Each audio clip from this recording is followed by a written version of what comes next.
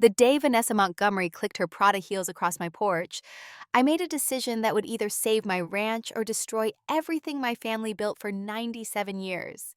I smiled, offered her sweet tea, and let her think I was just another helpless widow who didn't know a property easement from a hole in the ground.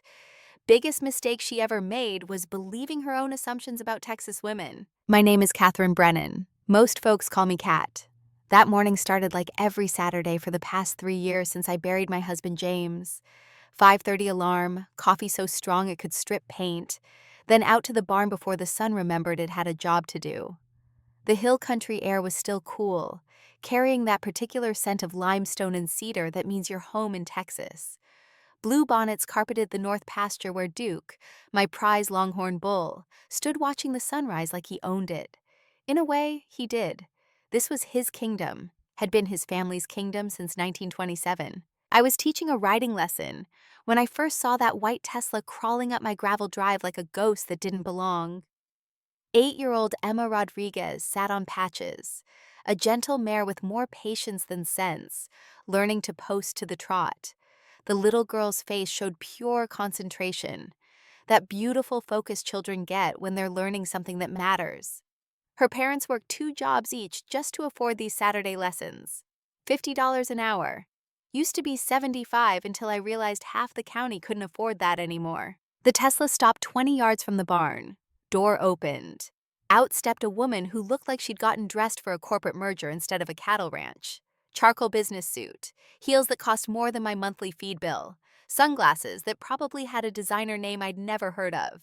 She stood there for a moment, surveying my property like a general inspecting enemy territory. I could see her nose wrinkle. The smell of horses and honest work apparently offended her California sensibilities. I helped Emma dismount, told her she did beautiful work, and walked over to greet my visitor. Boots crunching on gravel, dust on my jeans from the morning chores. Probably had hay in my hair. I didn't care. She extended a hand without smiling. Vanessa Montgomery, president of the Magnolia Heights Homeowners Association. I shook it. Kat Brennan, owner of Wildflower Ranch. Can I help you with something? Her smile was the kind you'd give a child who didn't understand adult conversations. I'm here about a community concern, Mrs. Brennan. Several residents have filed complaints regarding agricultural odors emanating from your property. We've documented violations of county health standards. I let that hang in the air for a moment. Behind me, I could hear Emma's mother calling her name. The sound of truck doors closing, normal Saturday sounds of a working ranch. A red-tailed hawk circled overhead, riding the thermals. Duke bellowed from the north pasture, probably demanding his mid-morning snack. Ma'am, I said carefully, that's called nature. It's what Texas smells like. Her smile stayed frozen in place. This is the 21st century, Mrs. Brennan. Community standards evolve. Modern developments require certain accommodations from neighboring properties. I looked past her at that white Tesla, not a speck of dust on it. Beyond my fence line, I could see the roof lines of Magnolia Heights. 200 identical McMansions perched on what used to be the old Pritchard cattle spread. Houses so close together you could hear your neighbor sneeze. Everyone painted the same 3 shades of beige. Every lawn maintained by the same landscaping company. Every driveway featuring a European luxury car that had never seen a dirt road. The development had gone up 2 years ago, sold out in 6 months. People from Dallas, from Austin, even from California, buying weekend retreats where they could play cowboy without the inconvenience of actual cows. The kind of folks who thought ranch meant a floor plan, not a way of life. I'll look into your concerns, I told her. Will that be all? She pulled a folder from her designer briefcase. I'm required to provide you with formal documentation of the complaints. You have 30 days to respond to the county planning office. Her eyes flicked around my property, calculating. She handed me the folder like it was contaminated. I really do hope we can resolve this amicably, Mrs. Brennan. Modern communities need to work together. After she left, dust trailed disappearing down my drive. I opened the folder. 14 pages of complaints. Agricultural odors. Excessive noise from livestock. Unsightly equipment visible from public roads. Water usage concerns. Inadequate fence maintenance. Each one typed in formal legal language, each one signed by residents of Magnolia Heights. each one designed to make running my ranch as expensive and difficult as possible. I sat on my porch that evening, folder in my lap, watching the sunset paint the sky the color of a ripe peach. James's rocking chair sat empty beside me, 3 years empty. Sometimes I still expected to hear his voice, that low rumble that meant he was about to say something wise or something stupid. 50-50 odds. He'd have known what to say about this. He'd have known what to do. The medical bill sat in a box in his old office. $420,000, even with insurance. Stage 4 lung cancer didn't care about insurance.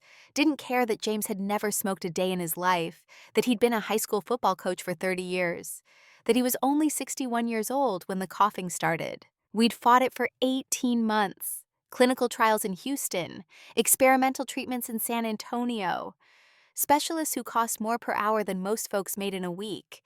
In the end, he came home to die. Not in some sterile hospital room, but in the bedroom where he'd been born, where his father had been born, where the morning light came through windows that faced east toward the sunrise, and the sound of cattle waking up for the day. He'd made me promise, keep the ranch, no matter what. The land is the only immortality we get, Kat. Don't let them take it. I'd promised. Sealed it with a kiss on his forehead 2 days before he stopped breathing. And I'd meant it. But promises don't pay property taxes. Taxes that had somehow tripled in the last 2 years. $18,000 a year to $54,000. The county assessor claimed it was because of increased property values. Translation: rich people moving in meant everyone's taxes went up. Didn't matter if you were running a working ranch on land your family had bled for. Didn't matter if your income stayed exactly the same while your costs tripled. I ran the numbers that night. Cattle sales brought in about $40,000 a year, good years. Boarding horses for weekenders, another $15,000. The riding lessons, maybe $8,000, maybe $10,000 if I was lucky. Total $73,000, give or take. Property taxes, $54,000. Feed costs, $12,000. Veterinary care, $6,000. Equipment maintenance, $4,000. Insurance, $3,000. Utilities, $2,000. That left me negative $8,000 before I even bought groceries or paid for gas or replaced the boots that were wearing through at the heel. I was drowning. Had been drowning since James died, selling off cattle one by one just to keep the lights on. Down from 80 head to 52. Each sale felt like cutting off a piece of my own flesh. And now this woman with her 14 pages of complaints, each one requiring a lawyer's response, each response costing money I didn't have. I could sell. That was always the nuclear option. Land this close to Austin, this close to the hills, this pretty, it would fetch maybe $650,000. Pay off the medical debt, pay off the taxes, have maybe $100,000 left over. Enough to buy a small house somewhere, live quiet, live small, live without the weight of legacy pressing down on my shoulders every morning. I looked at James's empty chair, looked at Duke in the distance, dark silhouette against the dying light, looked at the barn where 4 generations of Brennans had stored hay and fixed equipment and brought newborn calves in from the cold. No, not yet, not without a fight. The complaints escalated over the next 4 months like a slow-motion train wreck you could see coming but couldn't stop. Every 2 weeks, another county inspector. Every inspection, another violation. The fence along the south property line was apparently 3 inches over the setback requirement. Cost to move it, $12,000. The barn needed new permits because I'd replaced the roof last year without filing paperwork. Another $6,000 in fees. My riding lessons constituted a commercial operation requiring special licensing. Another $800 annually, plus liability insurance that jumped from $3,000 to $8,000 a year. Each inspection came with Vanessa Montgomery hovering in the background, designer sunglasses hiding her eyes, taking notes on a tablet that probably cost more than my entire monthly income. She never smiled, never made small talk, just documented every nail out of place, every board that showed weather, every piece of equipment that looked like it had actually been used for work. The community started dividing. Neighbors I'd known for 20 years began avoiding eye contact at the feed store. The whispers followed me down the aisles. Property values, progress, standards. Can't stop the future, Kat. Maybe it's time. Buck Rogers was the exception. 76 years old, ran a smaller spread 3 miles down the highway, stubborn as a mule with hemorrhoids. He found me one evening at the Tractor Supply, loading fence posts I couldn't afford into a truck held together with rust and determination. "Cat," he said, tobacco juice staining his white beard. "That woman's playing chess. You're playing checkers. I know, Buck. She won't stop until she owns every acre from here to the highway." He spat into a cup. "You gonna let her?" I loaded another post, metal clanging against truck bed. The sound echoed in the parking lot. "Don't know if I got a choice." Everyone's got a choice. Question is whether you got the stomach to make it. I drove home that night with his words rattling around in my skull. The sun had set. Stars were coming out. That Texas sky so big, it made you feel small and significant all at once. I thought about James, about his father, about the great-grandfather I'd never met, who'd bought this land in 1927, with money saved from 10 years of working other people's ranches. "Land is the only thing they can't make more of," he'd told his son. "Hold on to it. It'll hold on to you." 3 weeks after Buck's warning, Vanessa played her ace card. Tuesday morning, 9:15, I was mending fence in the north pasture when I heard vehicles coming up the drive. Not one, 3. A white Tesla leading a surveyor's truck and a county vehicle. I set down my tools and walked over. Slow, no rush. Let them wait. Let them see that this was my land, my time, my pace. Vanessa stepped out wearing a power suit in 92-degree heat. Behind her came a man in khakis with expensive equipment and a county clerk looking like he'd rather be anywhere else. "Good morning," Vanessa said. "No Mrs. Brennan this time, no pretense of courtesy. We're here to validate the emergency access easement. County records show a right-of-way from 1968. The surveyor was already unloading equipment. Tripod, laser level, GPS unit. Thousands of dollars of technology to measure land that had been measured 100 times before. I pulled out my phone, started recording. "Y'all go right ahead. Mind if I document this for my records?" The look on her face was worth every penny of stress she'd caused. She'd expected screaming, expected tears, expected a woman falling apart, begging them to stop. Instead, she got a woman with a phone and a smile that didn't reach her eyes. You could see her recalculating, trying to figure out why the target wasn't playing her assigned role. They spent 3 hours measuring my land, marking stakes with bright pink tape, running lines that cut straight through the heart of my north pasture, through the blue bonnets, through Duke's favorite grazing spot, through the place where James and I used to sit on summer evenings and watch the stars come out. I documented everything. Every stake, every measurement, every conversation. The surveyor kept glancing at me nervously. At one point he walked over, voice low. "Ma'am, I'm just doing my job, nothing personal." "I know," I told him. "What's your name?" "Pete Santos." "You got kids, Pete?" "2 daughters. Why?" "Just wondering." I smiled. "You have a good day now." After they left, I stood in my pasture surrounded by pink stakes like grave markers. Duke wandered over, nuzzled my shoulder. He could sense something was wrong. Animals always know. I called my title company. 30-minute hold time, muzak that made you want to drive into a tree. Finally, a clerk who sounded bored until I explained the situation. They put me through to a supervisor. "Yes, Mrs. Brennan, there is a 1968 survey notation on your property." "Yes, it appears to indicate a proposed right-of-way." No, they couldn't tell me over the phone whether it had ever been finalized. I'd need to come in, bring documentation, pay for a title search, another $1,000 I didn't have. That night, I sat in James's office. He'd kept it neat, organized, everything labeled and filed. The man could barely work a smartphone, but his paper files were immaculate. Birth certificates, marriage license, deed transfers going back 4 generations, tax records, survey maps, correspondence with the county going back to the 1940s. I started at the beginning, worked chronologically. My eyes burned. Coffee went cold in the mug. Outside, the moon rose. Coyotes sang their eerie songs. The clock ticked past midnight. At 2:17 in the morning, I found it. A leather portfolio I'd never seen before. Hidden behind a false back in the filing cabinet. The kind of hiding spot you only find when you're desperate enough to look. Inside, documents so old the paper had turned brown at the edges. Handwritten correspondence. Survey maps drawn with fountain pen. And a letter. A letter from the county engineer to James's grandfather. Dated April 5th, 1968. Dear Mr. Brennan, regarding your inquiry about the proposed emergency access corridor, please be advised that the County Commission has voted to table this project indefinitely. The preliminary survey authorization you signed in January is hereby rendered void.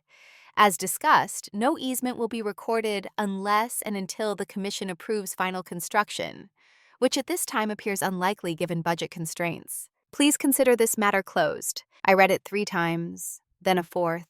Then I took a photograph with my phone, uploaded it to 3 different cloud services, and made 2 physical copies. The easement was never real. It had been a proposal, a maybe, a survey authorization that James's grandfather had signed thinking it might help the county. But that had never been finalized, never been approved, never been recorded as a legal easement. Vanessa Montgomery was building her case on a ghost, a bureaucratic maybe from 56 years ago that someone had left in county records without bothering to note it was void. I should have called a lawyer immediately, should have run to the county courthouse waving that letter like a victory flag, should have started the legal fight right then. I didn't, because I'd learned something during 18 months of watching James die. Sometimes you can fight cancer with surgery and radiation and hope. Sometimes you need chemotherapy that makes the patient sicker before it makes them better. And sometimes you need to be patient. Wait for the right moment.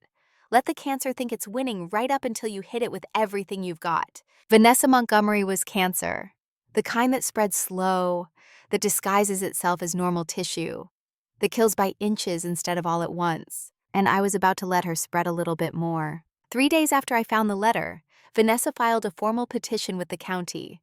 The hearing was scheduled for 3 weeks out. She hired a traffic engineer from Dallas who produced a 42-page report about emergency response times and public safety, and the critical need for secondary access to Magnolia Heights. Color charts, statistics, projections about fire department response rates, and ambulance access. The whole thing read like a doctoral dissertation on why my ranch needed to be carved in half. I got a copy in the mail. Certified letter. Official county seal. The engineering report alone probably cost $20,000. Money Vanessa clearly had and I clearly didn't. I read it cover to cover, took notes, highlighted the assumptions, found the flaws. There were plenty. But I didn't respond. Didn't hire my own engineer. Didn't file a counter petition. Just let the hearing date creep closer like a storm you could see building on the horizon. My daughter Sophie called for the first time in 6 weeks. "How are you, Mom?" The tone said she already knew the answer and didn't really want to hear it. "I'm fine, baby. How's Austin?" We made small talk about her caseload at the law firm, about her apartment, about everything except the fact that we'd barely spoken since her father's funeral, since the argument we'd had at the reception, while other people ate deviled eggs and told stories about what a great man James had been. "You chose the ranch over him," Sophie had said, her voice shaking with 3 years of suppressed rage. "He was dying, and you were out there with the goddamn cows." I'd slapped her. Only time in her life I'd ever hit my daughter. The sound echoed through the church fellowship hall. People stared. Sophie stared, her cheek red with the imprint of my palm. "Your father died at home," I'd said quietly. "In his own bed, surrounded by land he loved. I gave him that. The ranch paid for that. Don't you dare tell me I chose wrong." She'd left, hadn't come home since. Calls every month or so. Duty calls, the kind of communication that says I'm supposed to do this, but I don't want to. So when she asked about the ranch, I kept it simple. Some zoning issues with the county, nothing I can't handle. There was a long pause. "Mom, do you need help?" Did I? Yes, desperately, financially, legally, emotionally. But asking Sophie for help meant admitting I couldn't do this alone, meant reopening wounds that hadn't even started to scab over. Meant risking another fight I didn't have the energy for. "No, baby, I'm fine. You focus on work." Another pause. "Okay, call me if you need anything." She hung up. I sat there holding a dead phone, wondering when we'd become strangers who occasionally talked about the weather. The hearing was scheduled for Thursday afternoon. County Planning Board, public comments allowed. I'd been to dozens of these over the years. Usually about roads, utility easements, rezoning applications. Boring bureaucratic theater where 5 elected officials listened to people argue about property lines and then voted based on which way the political wind was blowing. I went alone. No lawyer, no engineer, no fancy presentation. Just me in a clean shirt and my good boots. the ones without mud ground into the heels carrying James's leather portfolio. The room was packed. Vanessa had brought supporters, 20 of them, all residents of Magnolia Heights, all dressed like they were attending a board meeting at a Fortune 500 company. Designer everything. Watches that cost more than my truck. Confidence that came from never having wondered if they could afford groceries. Vanessa's presentation was slick. The engineer stood at a projector, walking through his 42-page report like he was briefing Congress. Response times, safety protocols, community risk assessments. He made it sound like children would die without this road.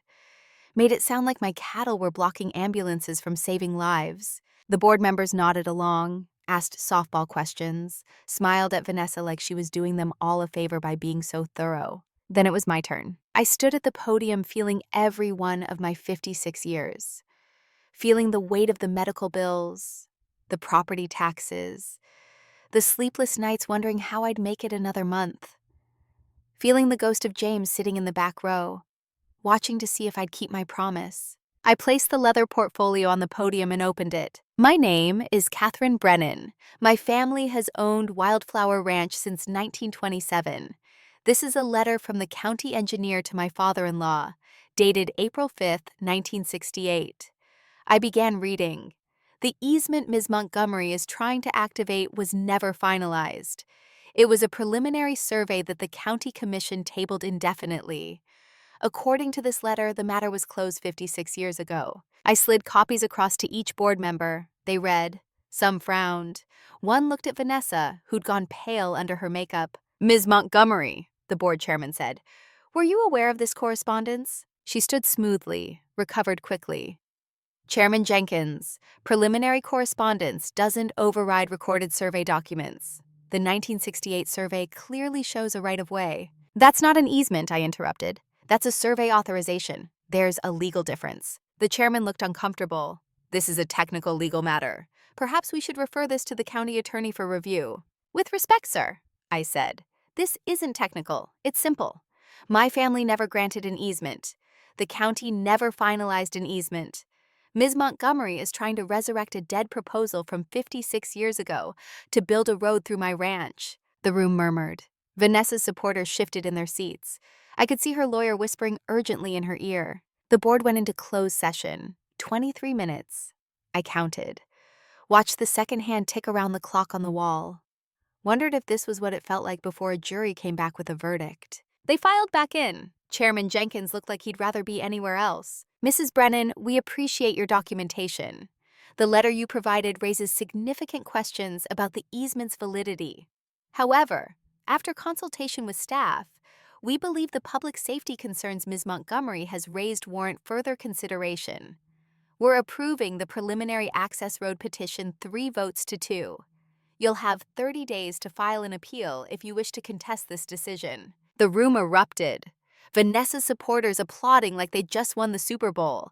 A couple of ranchers in the back booing. The chairman banging his gavel calling for order. I stood there feeling the world tilt sideways. They'd ignored the evidence, ignored the letter, ignored 56 years of county records saying this easement didn't exist.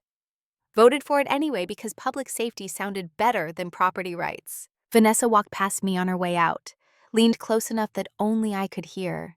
You should have sold when you had the chance, Catherine. This is going to get expensive. She clicked away on those Prada heels, victory in every step. I gathered my portfolio slowly. No rush. Let them all leave first. Let them have their moment of triumph. In the parking lot, I sat in my truck and let myself shake for exactly 2 minutes, hands trembling on the steering wheel, breath coming fast and shallow, the panic wanting to drown me. Then I pulled out my phone and called Sophie. It rang 4 times. I almost hung up. Hello? Her voice cautious, surprised. Sophie, it's Mom. I paused, swallowed pride that tasted like battery acid. Baby, I need help. Silence on the other end. I could hear her breathing, could imagine her in her Austin apartment, probably working late, probably annoyed at the interruption. What happened? I lost. The county approved their easement even though I proved it wasn't valid. They're going to build a road through the ranch. More silence. Then, Mom, why didn't you call me before the hearing? 'Cause I thought I could handle it myself. She sighed. That's always been your problem. Thinking you have to do everything alone. It stung because it was true. James used to say the same thing. Kat, asking for help isn't weakness, it's wisdom. Can you look at the documents? I asked. Tell me if there's an appeal. I'll drive up tomorrow. We can go through everything together. There was a pause. Mom? Yeah? I'm sorry. About the funeral, about what I said. I was angry and I said things I didn't mean. My eyes burned. I blinked fast, refused to cry in a county parking lot.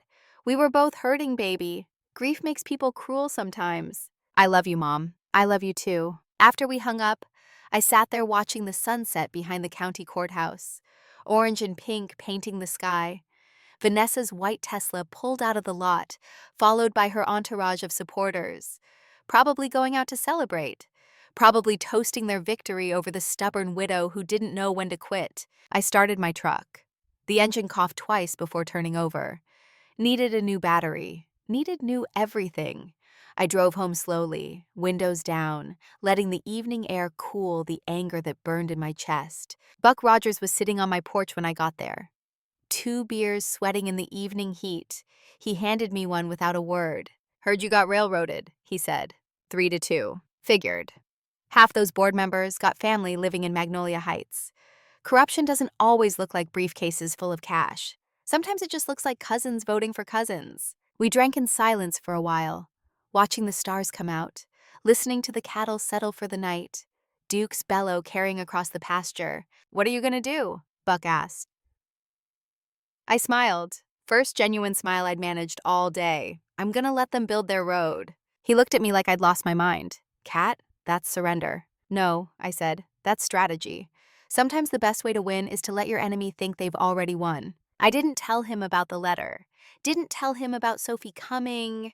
Didn't tell him that I'd already started planning 3 moves ahead, while Vanessa Montgomery was still celebrating her first victory. James used to say, never interrupt your enemy when she's making a mistake. Vanessa Montgomery had just made the first mistake. She was about to make several more, and I was going to document every single one. Sophie arrived Saturday morning, driving a 10-year-old Honda that had seen better days. Law firms paid well, but student loans were eternal. She stepped out wearing jeans and boots I didn't know she owned, hair pulled back in a ponytail that made her look 16 instead of 28. For a moment, I saw James in the set of her jaw, that stubborn determination that said you could throw the world at her and she'd still be standing when the dust settled. She hugged me on the porch, held on longer than usual. When she pulled back, her eyes were red. I'm sorry, Mom, for everything, for the funeral, for not calling, for being angry at you when I should have been angry at cancer. We've both been angry at the wrong things. I touched her cheek. You're here now. That's what matters. We spent the morning in James's office surrounded by paper. The leather portfolio with the 1968 letter, county records showing the preliminary survey, documents proving the easement had never been finalized. Sophie photographed everything with her phone, uploaded to secure cloud storage, made backup copies like she was handling evidence in a murder trial. Mom, this is solid. The letter explicitly voids the survey authorization. Any first-year law student could argue this. Then why did the board ignore it? She looked up from her laptop. Because 3 of them have family in Magnolia Heights. Conflict of interest. We can challenge the vote on those grounds. Will that work? Probably not. She closed the laptop. Boards have broad discretion on public safety issues. We'd need to prove actual corruption, not just bias. And that takes time and money you don't have. So what do? We document everything. She pulled out a yellow legal pad. Every conversation, every inspection, every dollar you spend defending yourself. We build a case that shows systematic harassment. Then when they come after you again, and they will, we have ammunition. The construction started Monday morning, 5:30 a.m. I was already awake, feeding cattle in the pre-dawn darkness. Duke stood at the fence watching me with those liquid brown eyes that always seemed to understand more than a bull should. I scratched between his horns, felt the solid weight of him lean into my hand. $12,000 of bull. But worth more than that in what he represented. James's last purchase, the final piece of our breeding program, the animal that was supposed to secure our future. I heard them before I saw them, the rumble of diesel engines, the beep, beep, beep of equipment backing up, the metallic clang of tailgates dropping. Then the lights crested the hill. A convoy, 2 bulldozers, 3 dump trucks, a steamroller, a water truck, equipment worth hundreds of thousands of dollars descending on my north pasture like an invading army. The foreman stepped out of a white pickup, late 40s, weathered face, hands that knew work. He walked over slowly, hat in hand, the posture of a man delivering news he didn't want to deliver. "Mrs. Brennan, Pete Santos." His voice carried the accent of South Texas. "Been contracted to build the access road. Got all the permits. County says we're good to go." I sipped my coffee, watched the sun start to paint the sky orange and pink. "You got kids, Pete?" "2 daughters. Why?" "Just making conversation." I smiled. "You go ahead with your work. I'll stay out of your way." His relief was visible. Most folks, they'd be out here with a shotgun, threatening lawsuits, making things difficult. Not my style. I pulled out my phone. "But I will be documenting everything, for insurance purposes. You understand." He nodded slowly. "Fair enough." Sophie came out in her pajamas, hair wild, eyes still thick with sleep. "Mom, what the hell? There's bulldozers on our property." "I know, come on, we've got work to do." We spent the day photographing every piece of equipment, every load of gravel, every foot of earth they moved. Sophie took video with her phone, interviewed Pete on camera, getting him to confirm they had permits, but construction plans weren't finalized, getting him to admit on tape that Vanessa had told them to start work before all approvals were complete. "This is gold, Mom." Sophie reviewed the footage. "Any lawyer seeing this would salivate. They're building without final permits. That's massive liability. So why are we letting them?" She looked at me like I'd spoken in tongues. "What?" I said, "Why are we letting them build? Why aren't we getting an injunction? Why aren't we stopping this right now?" "Because." I watched the bulldozers tear through bluebonnets that had been growing in that pasture since before I was born. Because every dollar they spend, every load of gravel they dump, every hour of labor they pay for, becomes evidence, becomes damages, becomes ammunition we can use later. That's playing with fire, Mom. What if they establish adverse possession? What if a judge decides the construction creates facts on the ground that override your property rights? They won't. I showed her the letter again. This easement is void, has been void for 56 years. Letting them build doesn't change that. It just makes their mistake more expensive when we prove it. She studied me for a long moment. "When did you get so strategic?" 18 months watching your father die teaches you patience. Cancer doesn't respond to panic, doesn't care how scared you are. You learn to think long-term, make plans that pay off months or years down the road. I turned back to the construction. This is the same thing. Panic loses, patience wins. By the end of week 1, they'd laid a foundation of caliche, compacted earth that would support the roadbed. By week 2, they'd started bringing in gravel. Dump truck after dump truck. The sound of air brakes and backing alarms became the soundtrack of our days. Duke and the other cattle moved to the south pasture, spooked by the noise and activity. Pete's crew worked 6 days a week, 10-hour days. The math was brutal. Labor costs alone were running $8,000 a day. Materials another $5,000. Equipment rental probably $3,000. $16,000 a day they were investing in a road they had no legal right to build. Sophie calculated it obsessively. By day 10, $160,000. By day 15, $240,000. By day 20, $320,000. "Mom," she said one evening, "they're approaching $400,000 in total investment. At what point do we stop them?" "When they're finished." I was making dinner. Chicken fried steak, mashed potatoes, gravy. Comfort food, the kind James used to request on bad days. When they've spent every dollar. When they've built the road complete. When Vanessa thinks she's won. That's when we hit them with everything. What if we're wrong? We're not. But if we are, then we lose. Same as we'd lose if we fought now and lost. At least this way we control the timing. That night I couldn't sleep. Lay in bed listening to the silence James had left behind. The empty space where his breathing should be, the weight of decisions pressing down like physical force. Was I being strategic or just stubborn? Was patience wisdom or cowardice dressed up in fancy language? I got up at 2 a.m., made coffee, sat in his office, reading through documents we'd already read 100 times, looking for something, some assurance I was making the right choice, some sign that this insane plan of letting them build would actually work. Found instead a journal, James's handwriting, Entries from the year before he died, before the diagnosis, before our world collapsed into treatments and hope, and the slow realization that some battles can't be won. One entry, dated 2 years before his death. Cat worries too much, always has. Wants to control everything, fix everything, save everything. Doesn't understand that sometimes the best strategy is waiting, letting events unfold, trusting that the truth will surface eventually. I've tried to teach her patience. She's a hard student, but she's learning. When I'm gone, she'll need that patience. The ranch will need it. Some fights can't be rushed. Some victories take years. Trust the process. Trust yourself. Trust that doing the right thing eventually wins, even when it looks like you're losing. I sat there crying at 2:15 in the morning, missing him so hard it felt like drowning, but also hearing him, feeling his approval of the insane strategy I was executing, knowing he'd understand even if nobody else did. The third week brought the first crisis.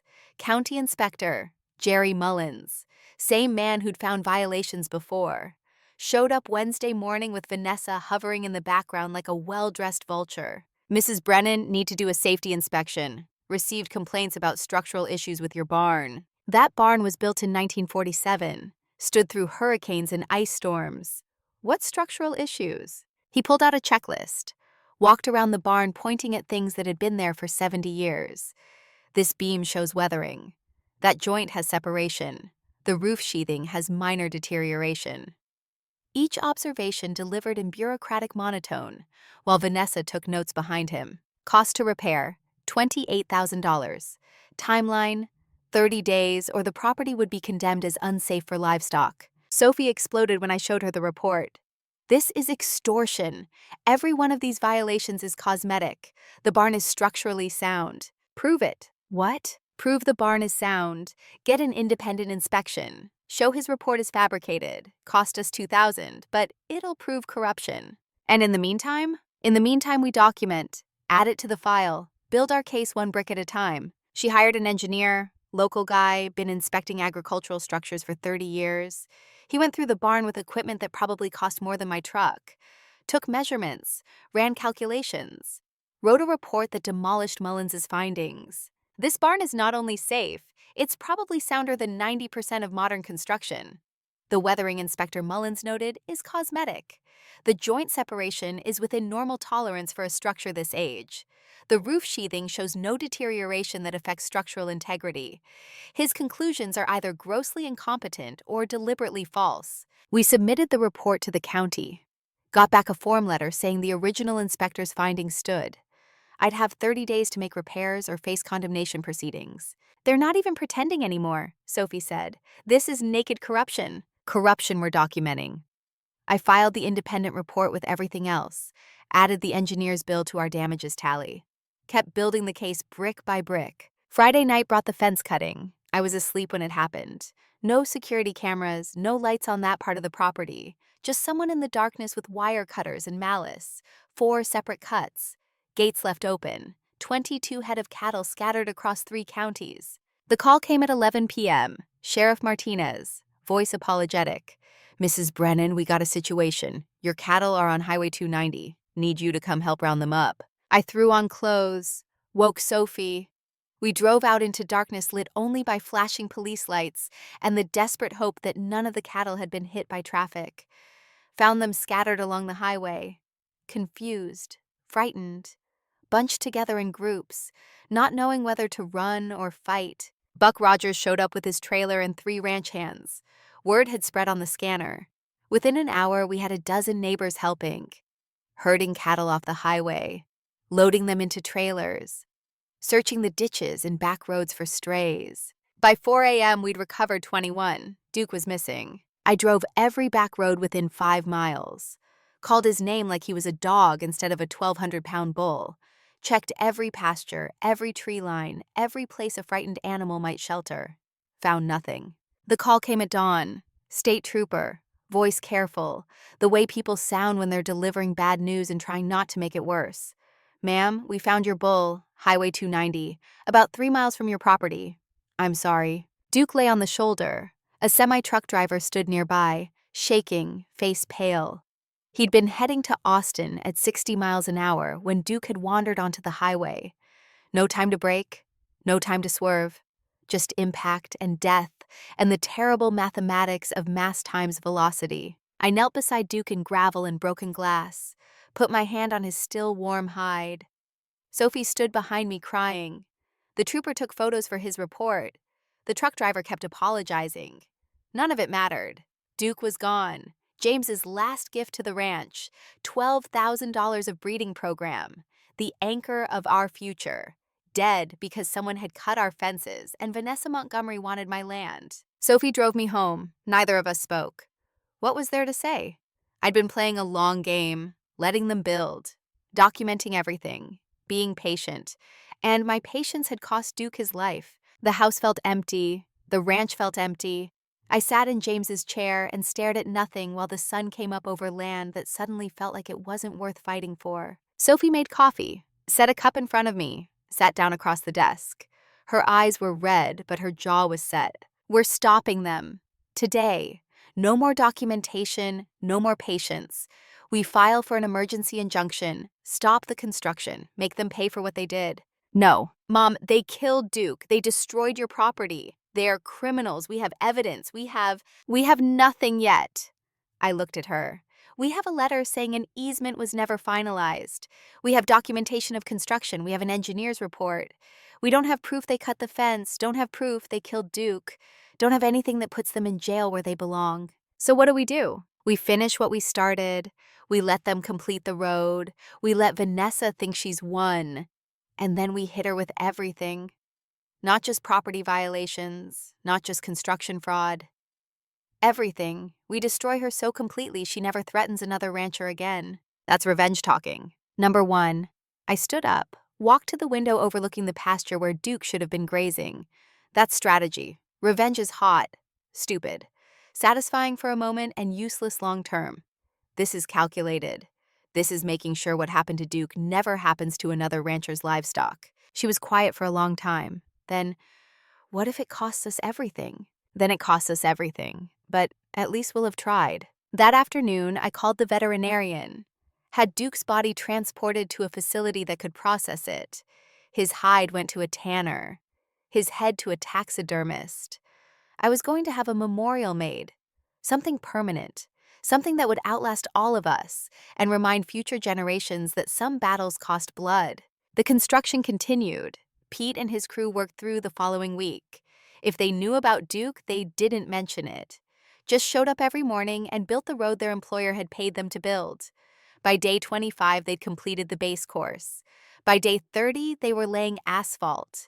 The smell of hot tar filled the air. Progress measured in tons and dollars and the systematic destruction of land that had been pasture for 100 years. Sophie worked from the dining room table, laptop open, legal pads covered in notes. She'd put her regular cases on hold, told her firm she was taking family leave. They weren't happy, but they didn't fire her. Not yet. That would come later when she made choices that put family over career. One evening, maybe a week after Duke died, she looked up from her research. Mom, I found something. What? Your grandfather's property records. When he bought this land in 1927, there's a reference to a conservation covenant. We already know about the 68 easement. No, this is different, from 1924, before your grandfather even bought the land. She turned the laptop to show me. See? The original developer, Hamilton Pritchard, filed a conservation easement with the County Land Trust. Agricultural preservation. Prohibits non-agricultural development within 600 feet of primary structures. My heart started beating faster. How close is Magnolia Heights to our buildings? She pulled up a map, started measuring. 300 feet at the nearest point.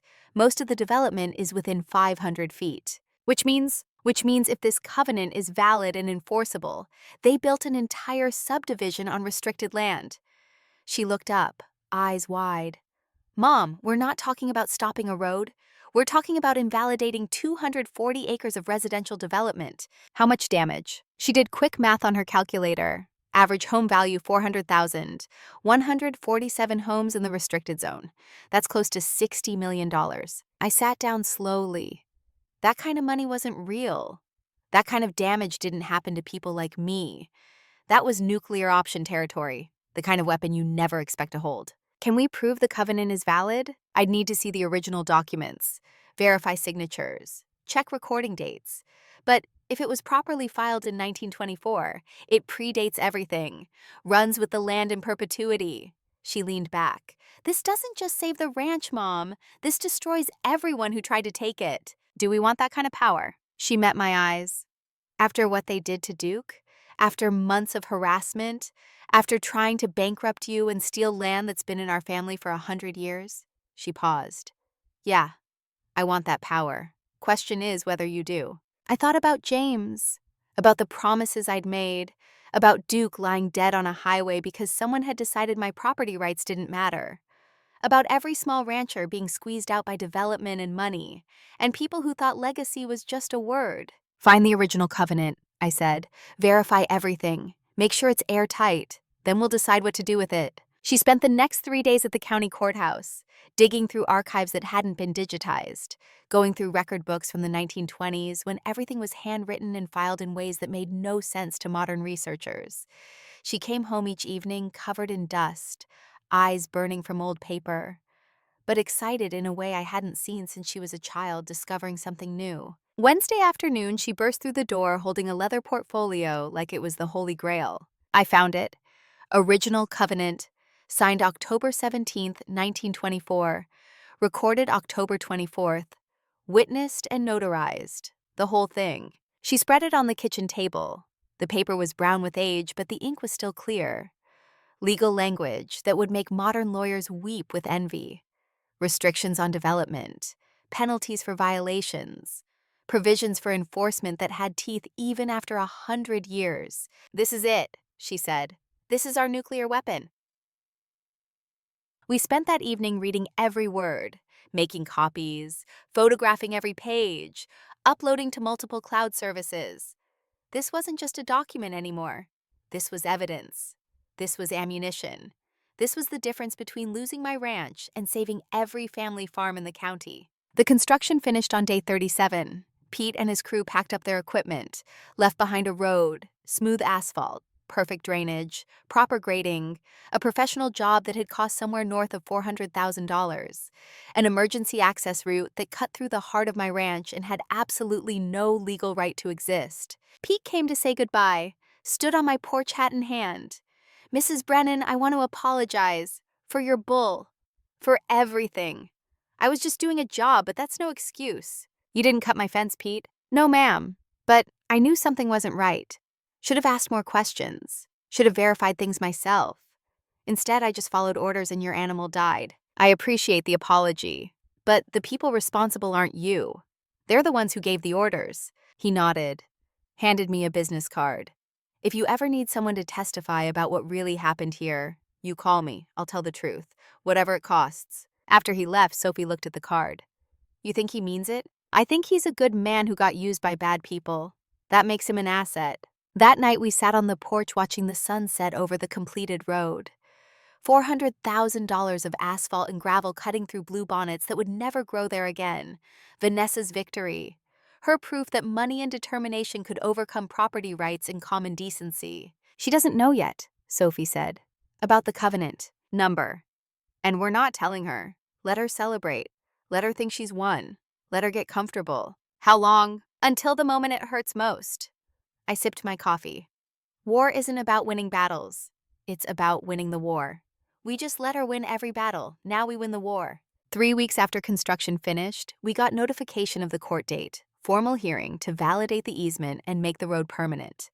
Vanessa had filed a petition claiming adverse possession, arguing that the completed construction created facts on the ground that couldn't be undone without excessive public expense. Her lawyers were expensive. Her traffic engineer had written a supplemental report about emergency response times. She had county officials lined up to testify about public safety. She'd assembled a case that looked unbeatable. Sophie assembled something better. She'd hired Dr. Rebecca Alvarez, agricultural law professor from UT Austin, specialized in historical land use covenants. She'd brought in Judge Harold Chen, retired after 40 years on the bench, still sharp enough to cut glass, property rights advocate who'd made his career defending small operators against institutional overreach. And she'd found Maria Cloudbreak, Native American environmental lawyer, 30 years fighting corporations that destroyed sacred lands. She'd reviewed our case and found something we'd missed. The construction had destroyed protected wetlands, federal EPA jurisdiction, Clean Water Act violations with $5,000 per day fines. We met at the ranch Saturday morning, war counsel around my kitchen table, coffee and strategy and the smell of legal expertise mixing with fresh-baked cornbread. Because even in war, you feed your allies. Dr. Alvarez held up the covenant like it was scripture. This is extraordinary. Language this specific from 1924. Most agreements were informal. This is ironclad. Will it hold up in court? I asked. God. Judge Chen nodded. Notary seal is legitimate. Signatures are verified. Filing date predates all subsequent development. This will withstand any challenge. The question, Maria said, is how you want to use it. You could force demolition. Maximum damages. Or you could negotiate. Grandfather existing homes with annual fees. Use the money for land conservation. Sophie looked at me. Your call, Mom. I thought about the 147 families living in homes they'd bought in good faith. Kids who'd made friends. People who'd planted gardens and built lives. Collateral damage in a war they didn't start. We use it to stop the road. We use it to make the HOA, and developers pay massive damages. But we don't destroy innocent families if we can avoid it. There has to be a solution that punishes the guilty without harming the victims. That's playing with fire, Judge Chen said. You give them room to negotiate, and they'll try to wiggle out of everything. Then we make sure the room is so small they can't wiggle. I looked around the table. We file the covenant enforcement. We document the environmental violations. We build a case so airtight they have no choice but to settle on our terms or face total destruction. Maria smiled. I like her. She's got spine. We spent the weekend preparing. Documents organized, evidence cataloged, expert witnesses briefed, a legal strategy that attacked on 3 fronts: historical covenant violation, environmental destruction, construction fraud, each angle reinforcing the others, each piece of evidence making the case stronger. Monday morning we'd file. Tuesday we'd hold a press conference, make this public, control the narrative before Vanessa could spin it. By Wednesday, the county would be scrambling. By Thursday, Vanessa would realize she hadn't won anything. By Friday, the war would be over. I walked out that night to look at the road one last time before we destroyed it. The asphalt gleamed in moonlight, perfect and smooth and completely illegal. $400,000 that was about to become the most expensive mistake in county history. Sophie came to stand beside me. You ready for this? I'm ready for it to be over. I turned to face her. Thank you for coming home, for helping, for choosing this fight when you could have stayed in Austin with your safe career. This is my fight too, Mom. This land, this legacy. I was just too angry to see it before. She took my hand. We do this together, whatever it costs. We stood there holding hands in the darkness, mother and daughter, James's family, ready to finish what he'd started and keep the promise I'd made at his deathbed. The ranch would survive, the land would endure, and Vanessa Montgomery was about to learn that underestimating Texas women was the last mistake she'd ever make. Come Monday morning, we'd stop playing defense and show her what real offense looked like. The county courthouse opened at 8 a.m. Monday. We were there at 7:30. Sophie carried the leather portfolio like it contained launch codes. Dr. Alvarez brought 3 banker boxes of supporting documentation. Judge Chen arrived with a briefcase that probably weighed more than I did. Maria Cloudbreak showed up in traditional dress, making a statement before we'd even filed paperwork. The clerk's face went pale when she saw what we were filing. Conservation Covenant Enforcement, Environmental Violation Report, Motion to Void Fraudulent Easement, Emergency Injunction against continued use of illegally constructed road, Demand for damages, restoration costs, and attorney fees. We filed it all at once. Multiple cases that would be consolidated. A legal avalanche that would bury Vanessa and everyone who'd helped her. This is going to make waves, the clerk said quietly. You realize that? That's the plan. Sophie smiled. We'd like certified copies of everything, please. By noon, the courthouse was buzzing. Word spread through the legal community like wildfire. Someone had filed suit against the entire Magnolia Heights development. Not just the road, the whole subdivision. Claims of covenant violations going back 100 years. The press conference was scheduled for 2 p.m. County courthouse steps. We'd invited every news outlet within 50 miles, promised them a story about property rights, corruption, and a century-old document that was about to change everything. Linda Martinez from Channel 8 arrived first.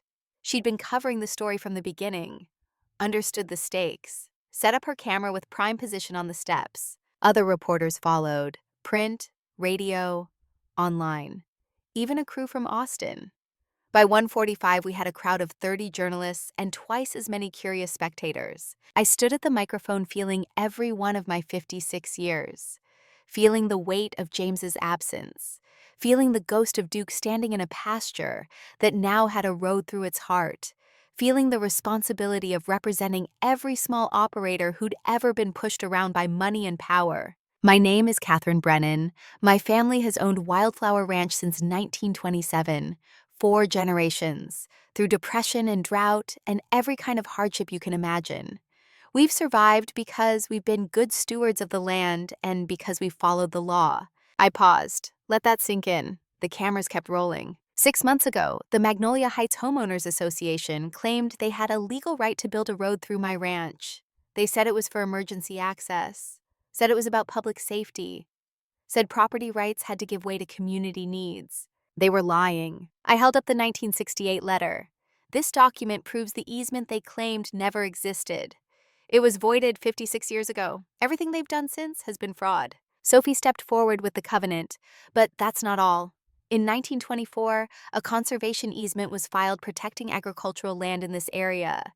That easement prohibits non-agricultural development within 600 feet of working ranch buildings. She held up a survey map with the restricted zone highlighted in red. 147 homes in Magnolia Heights were built in direct violation of this covenant. The entire development is legally non-conforming. The crowd erupted, questions shouted from a dozen directions, cameras flashing, reporters shoving microphones forward, the chaos of a story exploding into something bigger than anyone expected. Maria stepped forward. Her voice cut through the noise like a blade. Additionally, the road construction destroyed 3.2 acres of federally protected wetlands. That's a Clean Water Act violation. EPA enforcement will be seeking fines and mandatory restoration. Dr. Alvarez took the microphone. This case represents the single largest property rights violation in Hill Country history. It also represents hope for every family farm and ranch facing pressure from development. The law protects agricultural heritage. We intend to prove that protection still means something. The questions came fast. How much in damages? Will homes be demolished? What about families who bought in good faith? Where was the county oversight? Who knew about the covenant? Sophie fielded them like a seasoned prosecutor. Damages are substantial. We're not seeking to harm innocent homeowners. We want accountability from the HOA, the developers, and anyone who helped perpetrate this fraud. The county will have to answer for their oversight failures. And as for who knew, that's what discovery will reveal. After the press conference, we returned to the ranch. Exhausted, wired, knowing we just declared war in the most public way possible. Within an hour, the story was on every local news website. By evening, it had gone regional. By late night, national outlets were picking it up. Texas rancher challenges. Entire subdivision. With century-old covenant. Woman's last stand against development boom. David versus Goliath in the Hill Country. The phone rang nonstop. Interview requests. Speaking invitations. Other ranchers calling to say they'd faced similar pressure and wanted to know how to fight back. By midnight, I'd stopped answering, let it go to voicemail, needed silence to process what we'd started. Sophie found me on the porch at 2 a.m. Neither of us could sleep, the adrenaline of the day still pumping through our veins. We just poked the bear, she said. We just killed the bear, I corrected. Now we're waiting to see if it knows it's dead yet. Vanessa's going to fight back, hard, with everything she has. Let her. We have the law, we have the evidence, we have right on our side. I looked at my daughter. Sometimes that's enough. And when it's not, then we fight harder. Tuesday brought the counteroffensive. Vanessa hired Marcus Delacroix, big-name lawyer from Dallas, $1,500 an hour, the kind of attorney who made his reputation destroying people in court and smiling while he did it. His motion to dismiss was filed by noon. 40 pages of legal theory arguing that the covenant was too old to enforce, that statute of limitations had expired, that modern property rights superseded historical restrictions, that enforcing a 100-year-old document would constitute regulatory taking requiring just compensation. It was brilliant, it was sophisticated, it was exactly the kind of argument that might work if we weren't prepared for it. Dr. Alvarez spent Tuesday night drafting our response. Covenants don't have statutes of limitations when they run with the land. Age doesn't invalidate properly recorded restrictions. Modern development doesn't override historical protections. And there's no taking when enforcement simply returns land to its legally required use. Wednesday morning brought Delacroix's second motion, this one uglier, claiming the covenant was racially discriminatory, that agricultural preservation in the 1920s was code language for excluding minorities, that enforcing it would perpetuate historic injustices and violate modern civil rights law. He was trying to make me the villain, trying to paint protection of family farms as racism disguised as conservation. Sophie exploded. "This is character assassination. We have proof the covenant wasn't discriminatory. Your grandfather employed Black and Mexican workers when other ranchers wouldn't." "Then we prove it." I was calmer than I felt. We counter with employment records, letters from civil rights organizations, testimony from descendants of workers about fair treatment. We turn his argument inside out. Judge Chen helped us research, found letters from 1940s NAACP leadership praising my grandfather for providing opportunities to minority farmers, found payroll records showing equal wages regardless of race, found photographs of integrated work crews from an era when that was radical. By Thursday, we'd assembled a counter-narrative. The covenant wasn't discrimination. It was progressive conservation that protected small operators of all backgrounds against wealthy land speculators who wanted to exclude everyone. But the damage was already done. The news cycle had moved. Now the story was about whether I was using Jim Crow-era laws to destroy families. Social media lit up with debate. Half the comments supported us, half called us racist. The nuance was lost in the noise. Friday morning, someone spray-painted the barn. Red letters 3 feet tall. Racist rancher. The paint dripped like blood in the early light. I stood there with coffee, staring at vandalism that would cost $2,000 to clean, knowing it was just the opening move in a campaign designed to destroy my reputation. Sophie wanted to call the police. I said no. Document it, photograph it, add it to the evidence file. But don't react. That's what they want. They want us angry and defensive and making mistakes. That afternoon, the online attacks started.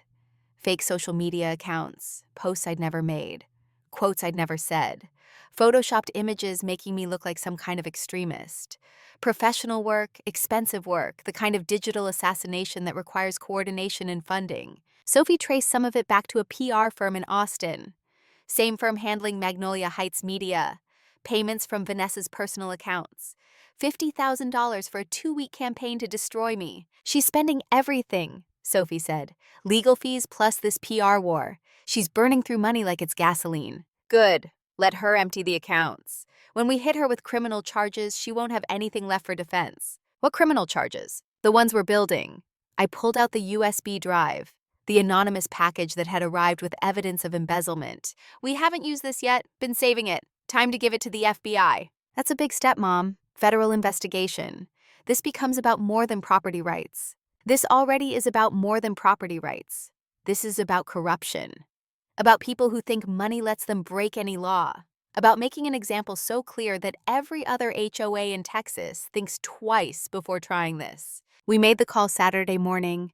FBI White Collar Crime Division, Agent Sarah Chen. She listened to our story, reviewed the USB drive, studied the bank records showing systematic embezzlement, watched the timeline of how Vanessa had stolen from her own HOA to fund attacks on me. "This is solid," she said. "Wire fraud, conspiracy, possibly RICO if we can prove organized criminal enterprise." She looked up from her laptop. "You understand what this means? Criminal investigation, federal charges. This isn't civil court anymore." "I understand, and I'm ready." She took the evidence, said she'd be in touch, warned us that federal investigations take time, told us to be patient and keep documenting everything. Patience. The word that had defined this entire fight. The strategy James had tried to teach me. The lesson I'd learned watching him die. Good things don't come fast. They come slow and built on foundations that take time to lay. Sunday we rested. Didn't work on legal strategy. Didn't monitor news coverage. Just ran the ranch. Fed cattle. Cleaned stalls. Did the ordinary work that somehow felt sacred after weeks of legal warfare. Buck stopped by with barbecue and beer. Sat on the porch and didn't talk about the case. Talked about weather. About cattle prices. About his grandson who was thinking about law school. Normal conversation. The kind that reminds you life exists beyond conflict. "You holding up okay?" he asked finally. "Some days better than others."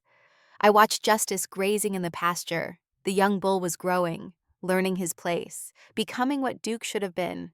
Every time I see him, I remember what this cost. Duke? Everything, James, the medical debt, 3 years of drowning, Duke's death, Sophie's estrangement, all of it. This ranch has taken everything from me except the ranch itself. But you're still standing, 'cause I don't know how to do anything else. I sipped my beer. James made me promise. Some promises you keep even when they kill you. He was quiet for a long moment. Then, "You know what I think? I think he'd be proud. Not because you kept the ranch, because you became the kind of person who could." The following week brought unexpected support. Agricultural organizations reached out, offered legal assistance, funding for our defense, wanted to use our case as a test of whether conservation covenants could protect family farms from development pressure. A coalition formed. 63 ranchers and farmers pooled resources, created an emergency legal defense fund, $75,000 available to any small operator facing what I faced. They called it the Brennan Defense Fund, made Sophie the director, made me the honorary chair. "We didn't ask for this," I told Buck when he delivered the check. "Nobody asks to be a symbol. You just do what needs doing and hope it means something to someone else." That afternoon, I drove out to James's grave. Hadn't been there since Duke died. Couldn't face it. Couldn't stand at the place where I'd buried my husband and admit I'd let my stubbornness cost Duke his life. But I went anyway, because avoiding pain doesn't make it go away, just makes it wait. The grass had grown over the grave, starting to establish. The temporary marker had been replaced with simple granite, his name, his dates, and the phrase he'd asked me to inscribe. "The land remembers." I knelt on grass still damp from morning dew, put my hand on stone warmed by afternoon sun, talked to someone who couldn't answer but who I hoped was listening anyway. They're calling us heroes now. The media, other ranchers, like we're some kind of symbol of resistance against corporate greed. I don't feel like a hero. I feel like someone who made a promise and is too stubborn to break it. I paused, listened to wind through live oaks, the same wind that had blown here for 100 years. That would blow here for 100 more. Duke's gone, died because I played a long game and someone cut my fence. Maybe if I'd fought harder early, maybe if I'd gotten that injunction, maybe he'd still be alive. I've been carrying that guilt like a stone. More silence. A hawk circled overhead, hunting, living, doing what hawks do because that's what they're built for. Sophie says I need to forgive myself, says Duke's death wasn't my fault, that I made the best choices I could with the information I had. She's probably right. I'm probably going to feel guilty anyway. That's how it works when you lose something you love. I stood, brushed grass from my knees, looked at the headstone one more time. We're going to win. The covenant's solid. The evidence is overwhelming. Vanessa's running out of money and options. By the time this is over, she'll be bankrupt or in jail or both. I thought that would feel good. Revenge, justice, whatever you want to call it. It just feels empty. Winning doesn't bring you back. Doesn't bring Duke back. Doesn't undo 3 years of drowning in debt and grief. It just means the drowning stops. That's not victory, that's survival. I turned to walk back to my truck. Stopped. One more thing. Thank you for choosing this land, for building this life, for making me promise to keep it. Without that promise, I'd have quit months ago, sold out, walked away. The pressure would have broken me, but I made you a promise, and I don't break promises to dead people. That's all I've got. Love, stubbornness, promises to the dead. Turns out, that's enough. The legal maneuvering continued through the following weeks. Delacroix filed motion after motion, each one creative, each one expensive, each one ultimately futile because the law was on our side and he knew it. Discovery began, both sides requesting documents, depositions scheduled, the formal machinery of litigation grinding forward. Sophie coordinated everything with our legal team, responded to requests, filed counter motions, built the case one procedural step at a time. Maria's environmental investigation bore fruit.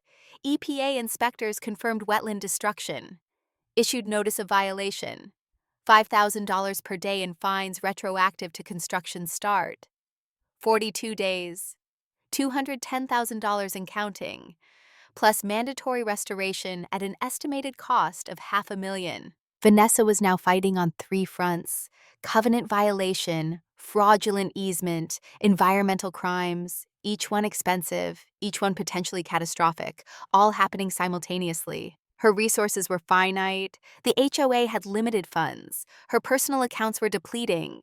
The legal bills alone were probably $50,000 a month. The PR campaign cost nearly as much.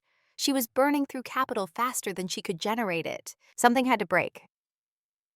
It broke on a Tuesday afternoon 6 weeks after we filed suit. Pete Santos called, the foreman who'd built the road, voice shaking. "Mrs. Brennan, I need to talk to you. In person, it's important." He came to the ranch that evening, brought his daughter, 9-year-old girl who'd taken riding lessons from me before parents pulled her out because of the controversy. She stayed in the truck while Pete and I talked on the porch. "I can't do this anymore." He looked older than I remembered, tired, carrying weight that had nothing to do with physical labor. "I need to tell you what really happened, all of it." Over the next hour, he laid out the whole conspiracy.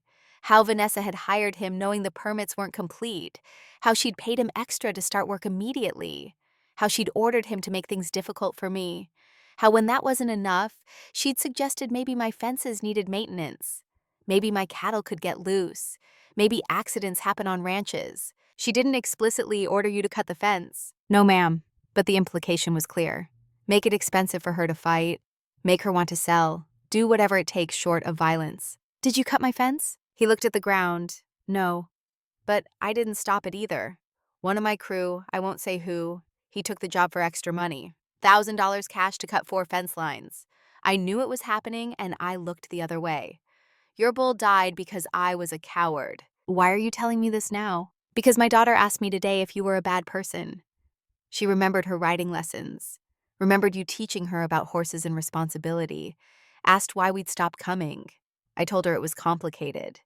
She said complicated is what adults say when they're lying. He pulled out his phone, showed me text messages, payments from Vanessa for special services, instructions that danced around criminality but made intent clear, evidence of conspiracy to commit property damage and harassment. "I'll testify, give you copies of everything, wear a wire if needed, whatever it takes to make this right." His voice cracked. "I can't teach my daughter honor if I don't show it." I took the phone, scrolled through messages that would destroy Vanessa's defense and probably send her to prison.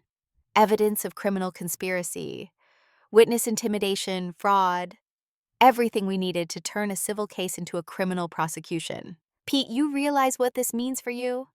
You're admitting to conspiracy, to being an accessory. You could face charges." "I know." He met my eyes. "But I can't live like this. Can't look at my daughter knowing I helped destroy something good. If I face charges, I face them. At least I'll be able to say I told the truth when it mattered." We talked for another hour. Sophie joined us, took formal statements, recorded everything with his permission. By the time Pete left, we had documentation that would make any prosecutor salivate. "Mom," Sophie said after he was gone, "this changes everything. We can file criminal complaints, get Vanessa arrested, end this immediately." "Not yet. I was thinking 3 moves ahead. We use this as leverage, let her know we have it, watch her panic. When people panic, they make mistakes. We want all her mistakes on record before we spring the trap. That's risky. If she finds out Pete talked, she might destroy evidence, might flee, might do something desperate. She's already desperate. That's why Pete came forward. People like Vanessa, when they're cornered, they lash out. We want her to lash out with witnesses and documentation and evidence. Then we bury her." The next week brought escalation. Vanessa filed another lawsuit. Personal claims against me, emotional distress, defamation, harassment. claiming my media campaign had destroyed her reputation and caused psychological trauma, seeking $100,000 in damages plus a gag order. It was absurd. It was desperate. It was exactly what we'd predicted. A cornered animal lashing out. Sophie laughed when she read the filing. She's suing you for harassment? After everything she did? The irony is beautiful. It's not irony. It's desperation disguised as offense. We respond with Pete's testimony. Show she's the one who orchestrated harassment.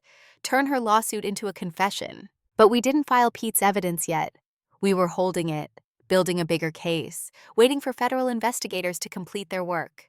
Patience again, the hardest lesson, the most important strategy. Agent Chen called on a Thursday. We'd like to interview you and your daughter, Friday if possible. Bring all documentation related to Vanessa Montgomery, financial records, communications, everything. We spent Friday at the FBI office in Austin. 5 hours going through evidence. Bank records showing embezzlement. Text messages showing conspiracy. Pete's testimony about fence cutting and intimidation.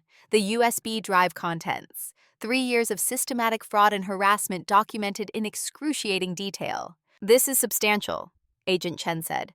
We have enough for multiple charges. Wire fraud, conspiracy, destruction of property, witness intimidation. We're moving forward with prosecution. What's the timeline? Grand jury next month. Indictment probably 2 weeks after that. Arrest shortly after. She looked at us. You should know this will become public. Media will connect it to your civil case. Things could get messy. They're already messy. I want her stopped, not just defeated in civil court. Stopped, so she can never do this to another rancher. That's the goal. But understand, federal prosecution means she could face serious prison time. 8 to 10 years potentially. This isn't just about property anymore. Good, because it never was just about property. It was about whether people with money and lawyers can destroy lives just because they can. I want the answer to be no, definitively. The indictment came 3 weeks later. Federal charges against Vanessa Montgomery, wire fraud, conspiracy, obstruction of justice, criminal destruction of property, each count carrying potential years in prison.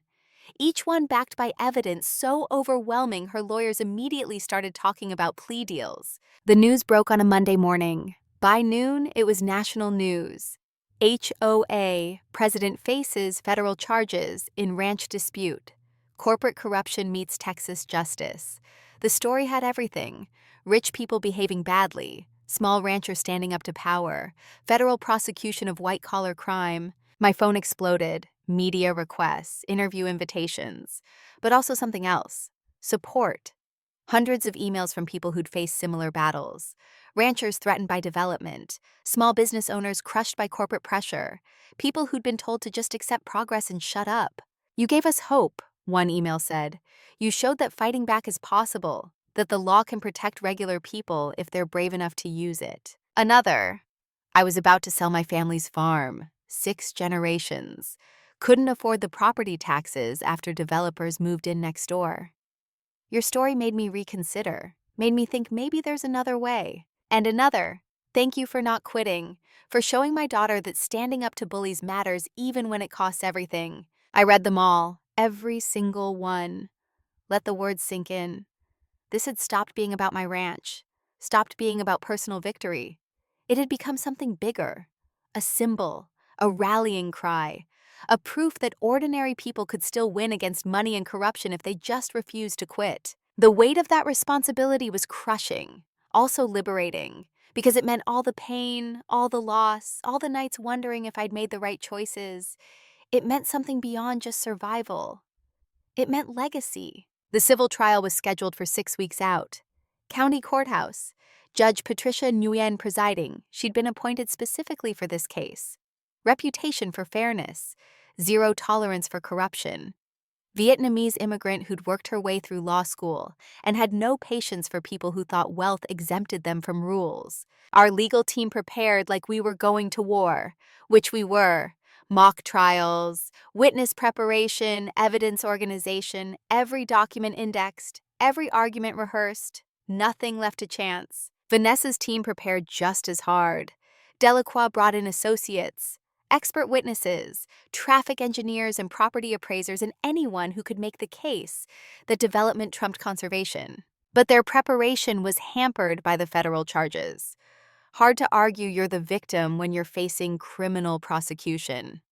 Hard to claim high ground when evidence shows you embezzled from your own HOA and conspired to destroy someone's property. The media coverage built to a crescendo. National outlets sent reporters. Network news ran features. The courthouse scheduled extra security for the trial. They expected protests, expected crowds, expected this to become a spectacle. 2 weeks before trial, I walked the property at sunset. The road was still there, asphalt cutting through what used to be pasture. But the land around it was healing, wildflowers coming back, grass reclaiming the margins, nature persistent in its recovery. Justice grazed near where Duke had died. The young bull strong now, confident, ready to take his place as herd leader. He lifted his head when I approached, recognized me, came over for a scratch between the horns. "You're going to be okay," I told him. "This ranch is going to be okay. We're going to win. And after we win, I'm going to make sure what happened here never happens to another family." He snorted, unimpressed by human drama, interested only in grass and water, and the simple routines that defined his existence. Sometimes I envied that simplicity. Sophie found me there as darkness fell. She'd been working on trial prep, eyes tired but excited. "We're ready," she said. "Evidence is organized, witnesses are prepped, arguments are solid. We're as ready as we'll ever be." "How confident are you?" 90%. Maybe 95. The law is on our side. The evidence is overwhelming. Vanessa's credibility is destroyed. Unless something crazy happens, we win. What's the 5%? The unexpected. The thing we didn't see coming. That's always the risk. She looked at me. "Are you scared?" "Terrified. Not of losing. Of what comes after winning. Of being the person everyone looks to for answers. Of carrying the weight of being a symbol when I'm just someone who kept a promise." "You're more than that, Mom. You're proof that courage matters, that fighting back works, that the little guy can still win if they're smart and patient and refuse to quit." She took my hand. "That's the legacy you're building. Not just a ranch, a movement." "I don't want to be a movement. I want to be a rancher." "Too late, you're both now. Might as well accept it." We stood there in the darkness, mother and daughter, James's family, ready to walk into court and finish what we'd started, ready to prove that some promises were worth any cost, that some battles defined generations, that sometimes winning meant more than just victory. It meant changing what people thought was possible. Monday morning would bring the trial, the final battle in a war that had lasted 9 months. 9 months of documentation and strategy and patience. 9 months of letting our enemies think they were winning while we built the case that would destroy them. Come Monday morning, Vanessa Montgomery would learn what it meant to underestimate a Texas rancher, would learn that patience beats panic, that preparation beats power, that truth, given enough time and evidence, eventually wins. Come Monday morning, we'd finish what James had started when he made me promise to keep this land. Come Monday morning, justice would finally get her day in court. The federal courthouse in Austin is built from granite and authority. Steps so wide you feel small climbing them. Columns that reach 3 stories. The kind of architecture designed to remind you that justice is bigger than any individual. Bigger than pride. Bigger than money. Bigger than everything except truth. Sophie and I arrived at 7 a.m. Trial started at 9, but we needed time. Time to breathe. Time to center ourselves. Time to remember why we were here and what we were fighting for. The gallery was already filling. Reporters with notebooks, ranchers in their Sunday best, residents from Magnolia Heights wearing expressions ranging from curious to hostile. Buck had brought 20 supporters. They sat in the back, silent solidarity in weathered faces that knew what it meant to fight for land. Vanessa arrived at 8:30. White Tesla pulling up like she owned the place. Designer suit that probably cost more than my monthly income. But something was different. Her face was harder, thinner, eyes that darted instead of commanding. The confidence was gone, replaced by the desperate bravado of someone who knows they're losing but refuses to admit it. Delacroix came with an entourage, 3 associates carrying banker boxes, the kind of legal firepower that bills by the minute and considers $50,000 a modest month. They set up at their table like generals preparing for battle they knew was already lost. Judge Patricia Nguyen took the bench at 9 precisely. 62 years old, black robes that couldn't hide the steel in her spine, Vietnamese immigrant who'd worked nights cleaning offices while attending law school. She'd seen real hardship, had zero patience for people who created it for profit. This court is now in session. Her voice carried without raising. Everyone sat, the rustle of 200 people trying to be still. Civil case number 24-0917, Brennan versus Montgomery, Magnolia Heights HOA, and related defendants. Opening statements. Ms. Brennan's counsel, you may proceed. Dr. Alvarez stood, walked to the podium carrying only a single folder. No dramatic gestures, no theatrical presentation. Just a law professor who'd spent 30 years studying property rights and knew her subject down to the molecular level. Your Honor, this case is about promises. Promises made in 1924 when land was set aside for agricultural preservation. Promises made in 1968 when a survey was authorized but never finalized. And promises broken by people who thought money could override a century of legal protections. She laid out our case methodically. The conservation covenant, the voided easement, the fraudulent construction. Every claim backed by documents, every assertion supported by evidence. 30 minutes of legal precision that left no room for doubt. When she sat down, Delacroix stood, 6'3", silver hair, voice trained to command attention. He was good, better than good. He'd built a career winning unwinnable cases. Your Honor, this case is about progress. About balancing historical preservation with modern needs, about recognizing that a 100-year-old document, however well-intentioned, cannot override the safety and welfare of 200 families who built homes in good faith. He painted us as extremists, wielding ancient laws like weapons, threatening innocent families with demolition, using technicalities to destroy a community. He made it sound reasonable, made it sound like we were the villains. 50 minutes of smooth rhetoric. When he sat down, half the gallery looked convinced. Judge Nguyen made notes. Her face revealed nothing. We call our first witness. The morning was testimony. Dr. Alvarez walked Judge Chen through the covenant's history, established its validity, proved it was recorded properly and remained binding. Delacroix cross-examined but couldn't shake the basic facts. The document was real. The restrictions were clear. We broke for lunch. Sophie and I ate sandwiches outside. Neither of us hungry, both too wired to taste food. This was it. Years of preparation coming down to hours in a courtroom. Everything depending on whether a judge believed evidence or rhetoric. After lunch, we called the county historian. She verified that no racial discrimination existed in the covenant's creation or enforcement, showed employment records, letters from 1940s civil rights organizations, testimony from descendants of workers, everything to counter Delacroix's discrimination claims. Then Maria presented the environmental case, satellite photos of before and after, scientific testimony about wetland destruction, EPA violation notices, federal fines that were still accumulating. By the time she finished, the damage was clear and documented and impossible to deny. Delacroix tried to minimize it, argued the wetlands were marginal, claimed restoration was feasible, suggested fines were negotiable, but the evidence was overwhelming.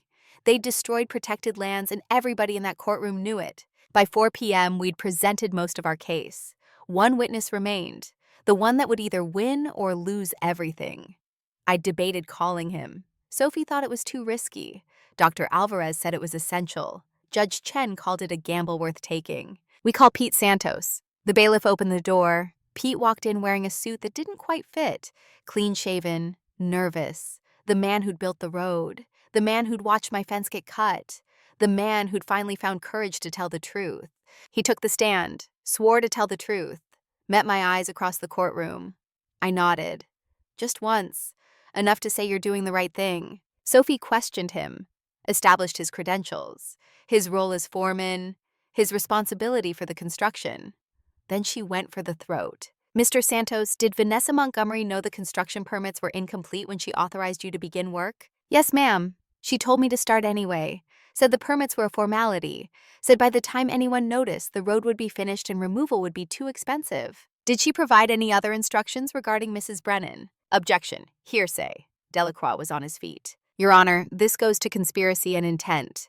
Not offered for truth, but to show what was said and its effect on the witness. Overruled. The witness may answer. Pete took a breath. She said to make things difficult.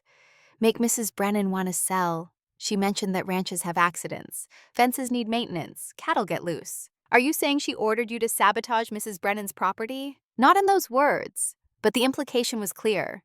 When one of my crew offered to cut fence lines for extra money, I knew where the idea came from. I should have stopped it. I didn't. That's on me. The courtroom erupted, Judge banging her gavel, Vanessa pale behind her table, Delacroix whispering urgently to his associates. The perfect control they'd maintained shattering like dropped glass. Order! Judge Engwin's voice cut through the chaos. Mr. Santos, are you testifying under oath that Miss Montgomery conspired to destroy Mrs. Brennan's property? Yes, Your Honor. And I have documentation, text messages, payment records, instructions that spelled out exactly what she wanted done. Sophie entered the evidence, phone records, messages that read innocuous individually, but together painted a clear picture of conspiracy. Payments for special services, instructions to accelerate timeline regardless of regulations. Delacroix's cross-examination was brutal. He tried to destroy Pete's credibility, accused him of lying to save himself, suggested he was being paid by us. Every trick in the book to make the jury question everything. But Pete held firm, answered every question, admitted his guilt, never wavered on the core facts. By the time Delacroix sat down, the damage was complete. Vanessa's defense wasn't just weakened, it was obliterated. Judge Nguyen called a 15-minute recess. We need to review some matters in chambers. We waited in the gallery, whispered conversations, speculation about what the judge was considering. Sophie gripped my hand. This is it, Mom. We just won. Don't celebrate yet. I'd learned not to count victories until they were final. The 15 minutes stretched to 30, then 45.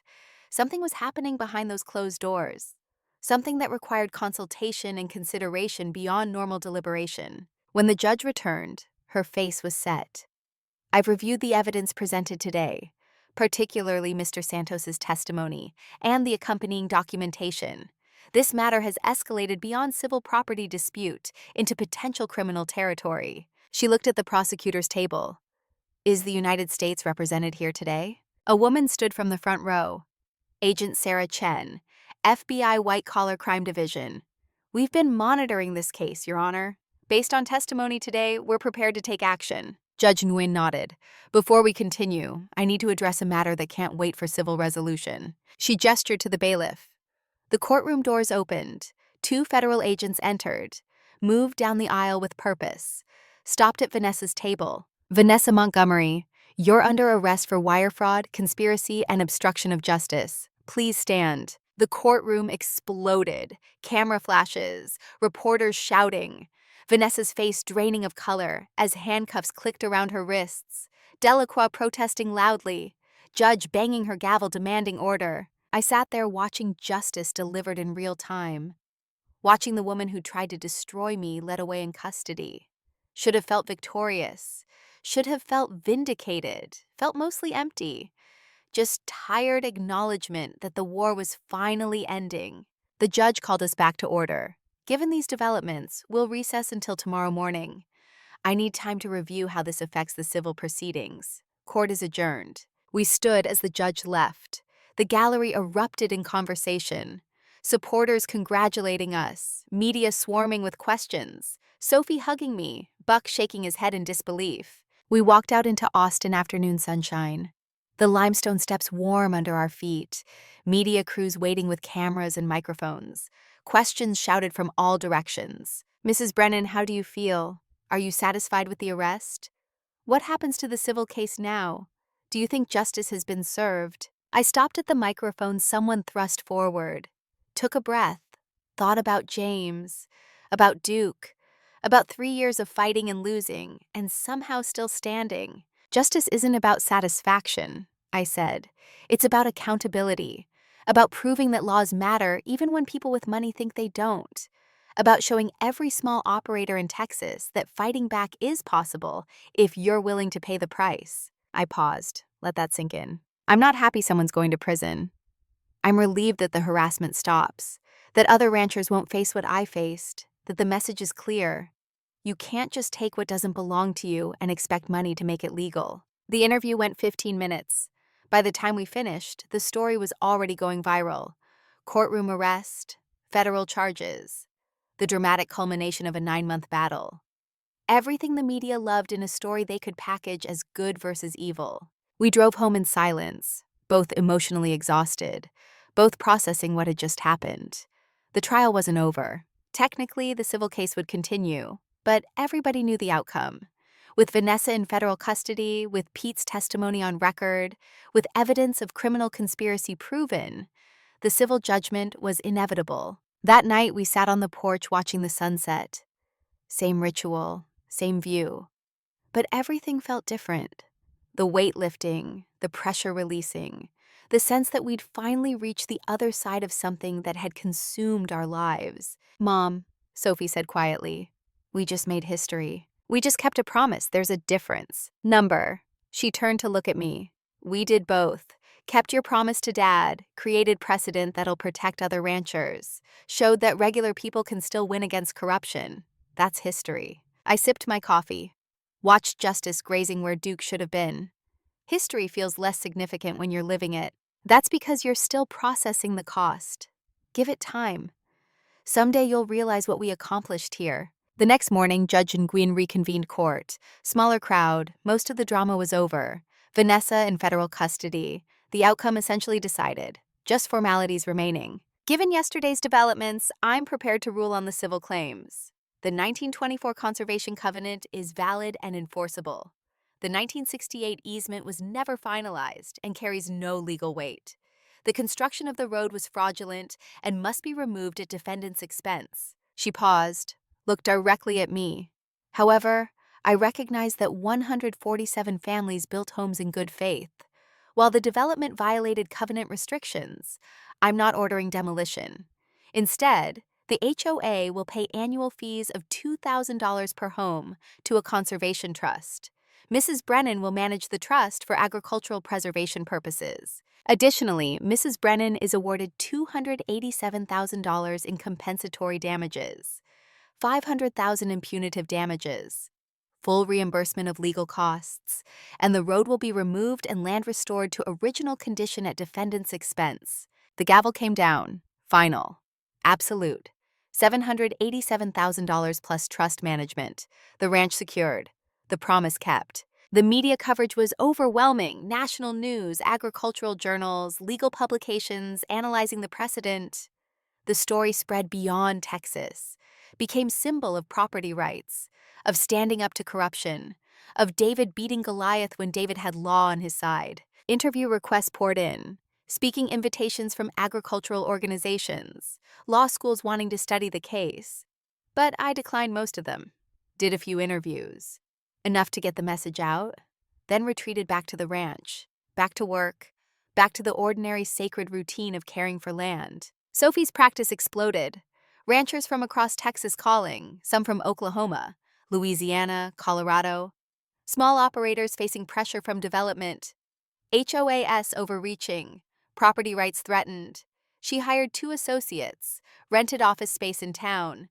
Brennan Legal Services became a name people recognized. The Brennan Defense Fund grew, more ranchers contributing, more cases funded. Sophie won 12 out of 14 cases the first year. The 2 losses were appealed. Word spread that there was help available, that fighting back was possible, that tools existed to protect family farms. But the victory felt hollow in ways I couldn't explain. We'd won. The ranch was secure. Justice had been served. Vanessa would spend years in federal prison. Everything I'd fought for had been achieved. So why did I still wake up at 3 a.m. with my heart racing? Why did every sound at night make me tense? Why did I feel like I was waiting for the next attack even though the attackers were neutralized? Buck understood. Found me one evening repairing fence that didn't need repair. Just needed something to do with my hands. PTSD doesn't only happen to soldiers, he said. You spent 9 months in a war zone. Just because it was legal and rural doesn't make it less traumatic. I'm fine. You're not fine. You won the battle, but you're still fighting it in your head. That's normal. Doesn't make you weak. Makes you human. I don't know how to stop. You don't stop. You heal. Different thing. Takes time. Takes letting people help. Takes admitting that winning didn't erase the damage. Over the following weeks, things slowly shifted. The acute stress faded. Sleep came easier. The hypervigilance relaxed into normal awareness. The sense of being under siege lifted into something resembling peace. The road removal started in October. Different construction company, bonded and insured, supervised by county inspectors who suddenly remembered their jobs.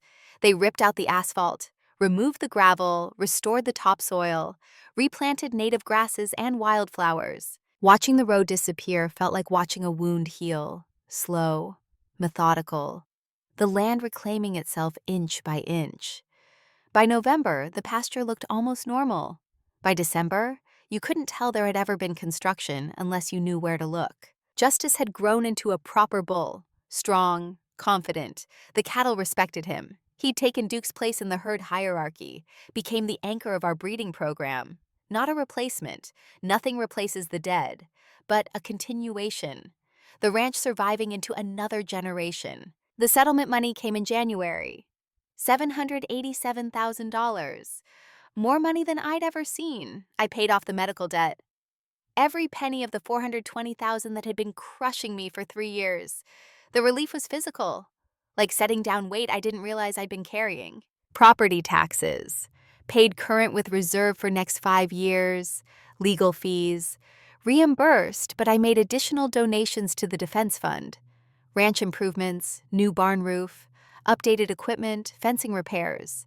Everything that had been deferred while I was drowning. And I established the Duke Memorial Scholarship, $50,000 endowment, agricultural law students, preference to those from farming families, kids who understood land wasn't just property, but legacy. First recipient was a 22-year-old from the Rio Grande Valley. Parents were farm workers. She was going to law school to protect people like them. Mrs. Brennan, she said when we met, my family picks vegetables that feed people who've never thought about where food comes from. Your fight showed me that protecting those families matters, that someone needs to stand up for people who feed the country. That's what Duke died for. Not a road, not a lawsuit. For the idea that agricultural heritage deserves protection, that small operators matter, that the people who feed us shouldn't be crushed by development and greed. 6 months after the trial, life had found new rhythm. Ranch running smoothly. Sophie's practice thriving. The Conservation Trust managing fees from Magnolia Heights. Using the money for agricultural education. Supporting small farmers. Funding preservation initiatives. But one thing remained unfinished. One conversation I'd been avoiding, one piece of closure I didn't know if I wanted or needed. The letter arrived on a Tuesday. Federal prison, California. Vanessa's handwriting. I stared at it for 2 days before opening. Part of me wanted to burn it unread. Part of me needed to see what she had to say. Mrs. Brennan, I don't expect forgiveness. Don't deserve it. I destroyed your property, killed your bull, tried to steal your land. Spent months making your life hell because I was desperate and drowning and thought destroying you would save me. It didn't. It just destroyed us both. I'm writing this from prison. 4 years federal custody. Minimum security but still prison. I've had time to think. Time to understand what I became. Time to face what desperation made me do. I was trying to save my mother. That's not an excuse. It's explanation. She has Alzheimer's. Memory care costs $15,000 a month. I'd lost everything in the divorce. The HOA presidency was my last chance to prove I wasn't a failure. When you wouldn't sell, you became the obstacle between me and survival. I chose crime. You chose patience. I'm in prison. You're free. The universe has opinions about our choices. I hope your ranch brings you peace. I hope you never have to fight like that again. I hope someday you can think of me as a person who made terrible choices, rather than a monster who deserved everything she got. I don't expect you to write back. Just needed you to know, I'm sorry for everything. You didn't deserve any of it. Vanessa Montgomery. I read it 3 times, tried to figure out what I felt. Anger, pity, forgiveness. Found mostly emptiness. Just acknowledgement that she'd been human and desperate, and had made choices that destroyed both of us in different ways. Sophie found me on the porch holding the letter. You okay? She wrote to me, from prison, apologizing. Do you believe her? I don't know. Does it matter? The damage is done. Apologies don't bring Duke back. Don't give me back 3 years of drowning in debt. Don't undo the trauma. But there's something. Sophie sat beside me. Their acknowledgement, their growth, They're proof that even people who hurt us can learn from it. I folded the letter, put it in my pocket. I hope she finds peace. I really do. But I don't need to be part of her redemption. I just need to move forward with mine. That night, I walked out to James's grave, first time in months. The grass had grown thick. The stone had weathered slightly. Everything settling into its permanent form. We won, I told the stone. Kept your promise. The ranch is secure. Sophie's home. We're helping other ranchers. Everything you asked for is done. I sat on grass cool with evening dew. So why doesn't it feel finished? Why do I still feel like I'm waiting for something? The wind through the live oaks was the only answer. The same wind that had blown here when James was alive. That would blow here long after I was buried beside him. The land continuing regardless of human drama. Maybe it never feels finished. Maybe keeping promises is just something you do every day until you can't anymore. Then someone else takes over and keeps them after you're gone. That's legacy. Not the big moments, just showing up, doing the work, refusing to quit. I stood, touched the headstone one more time. Thank you. For the land, for Sophie, for teaching me that patience matters, that some fights take years, that winning isn't the end, just another beginning.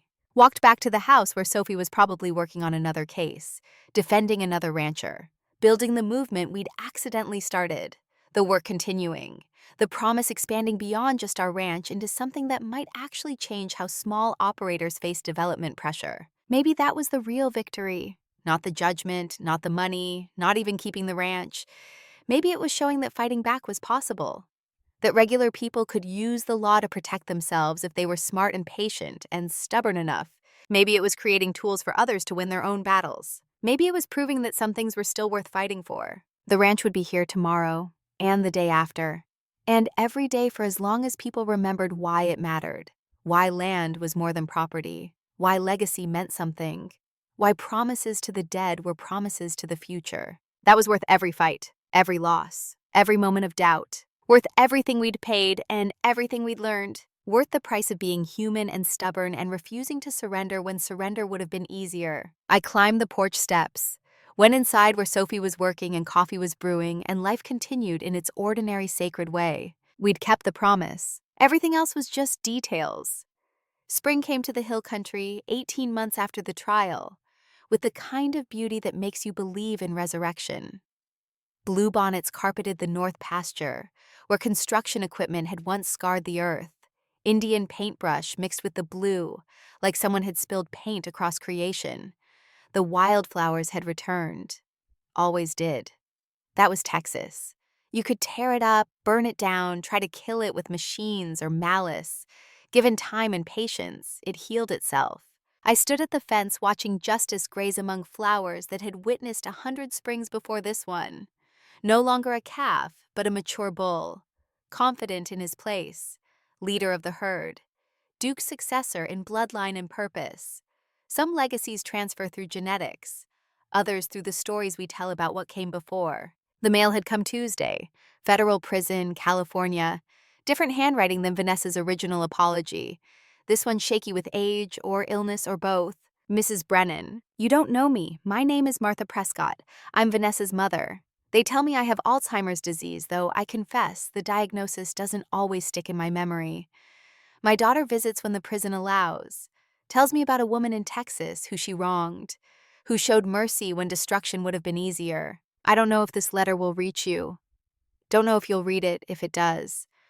But I wanted to say thank you for seeing my daughter as a person instead of a monster, for understanding that desperation makes people into versions of themselves they don't recognize. Vanessa was a good child, bright and kind and full of dreams. Life broke piece by piece. Divorce, bankruptcy.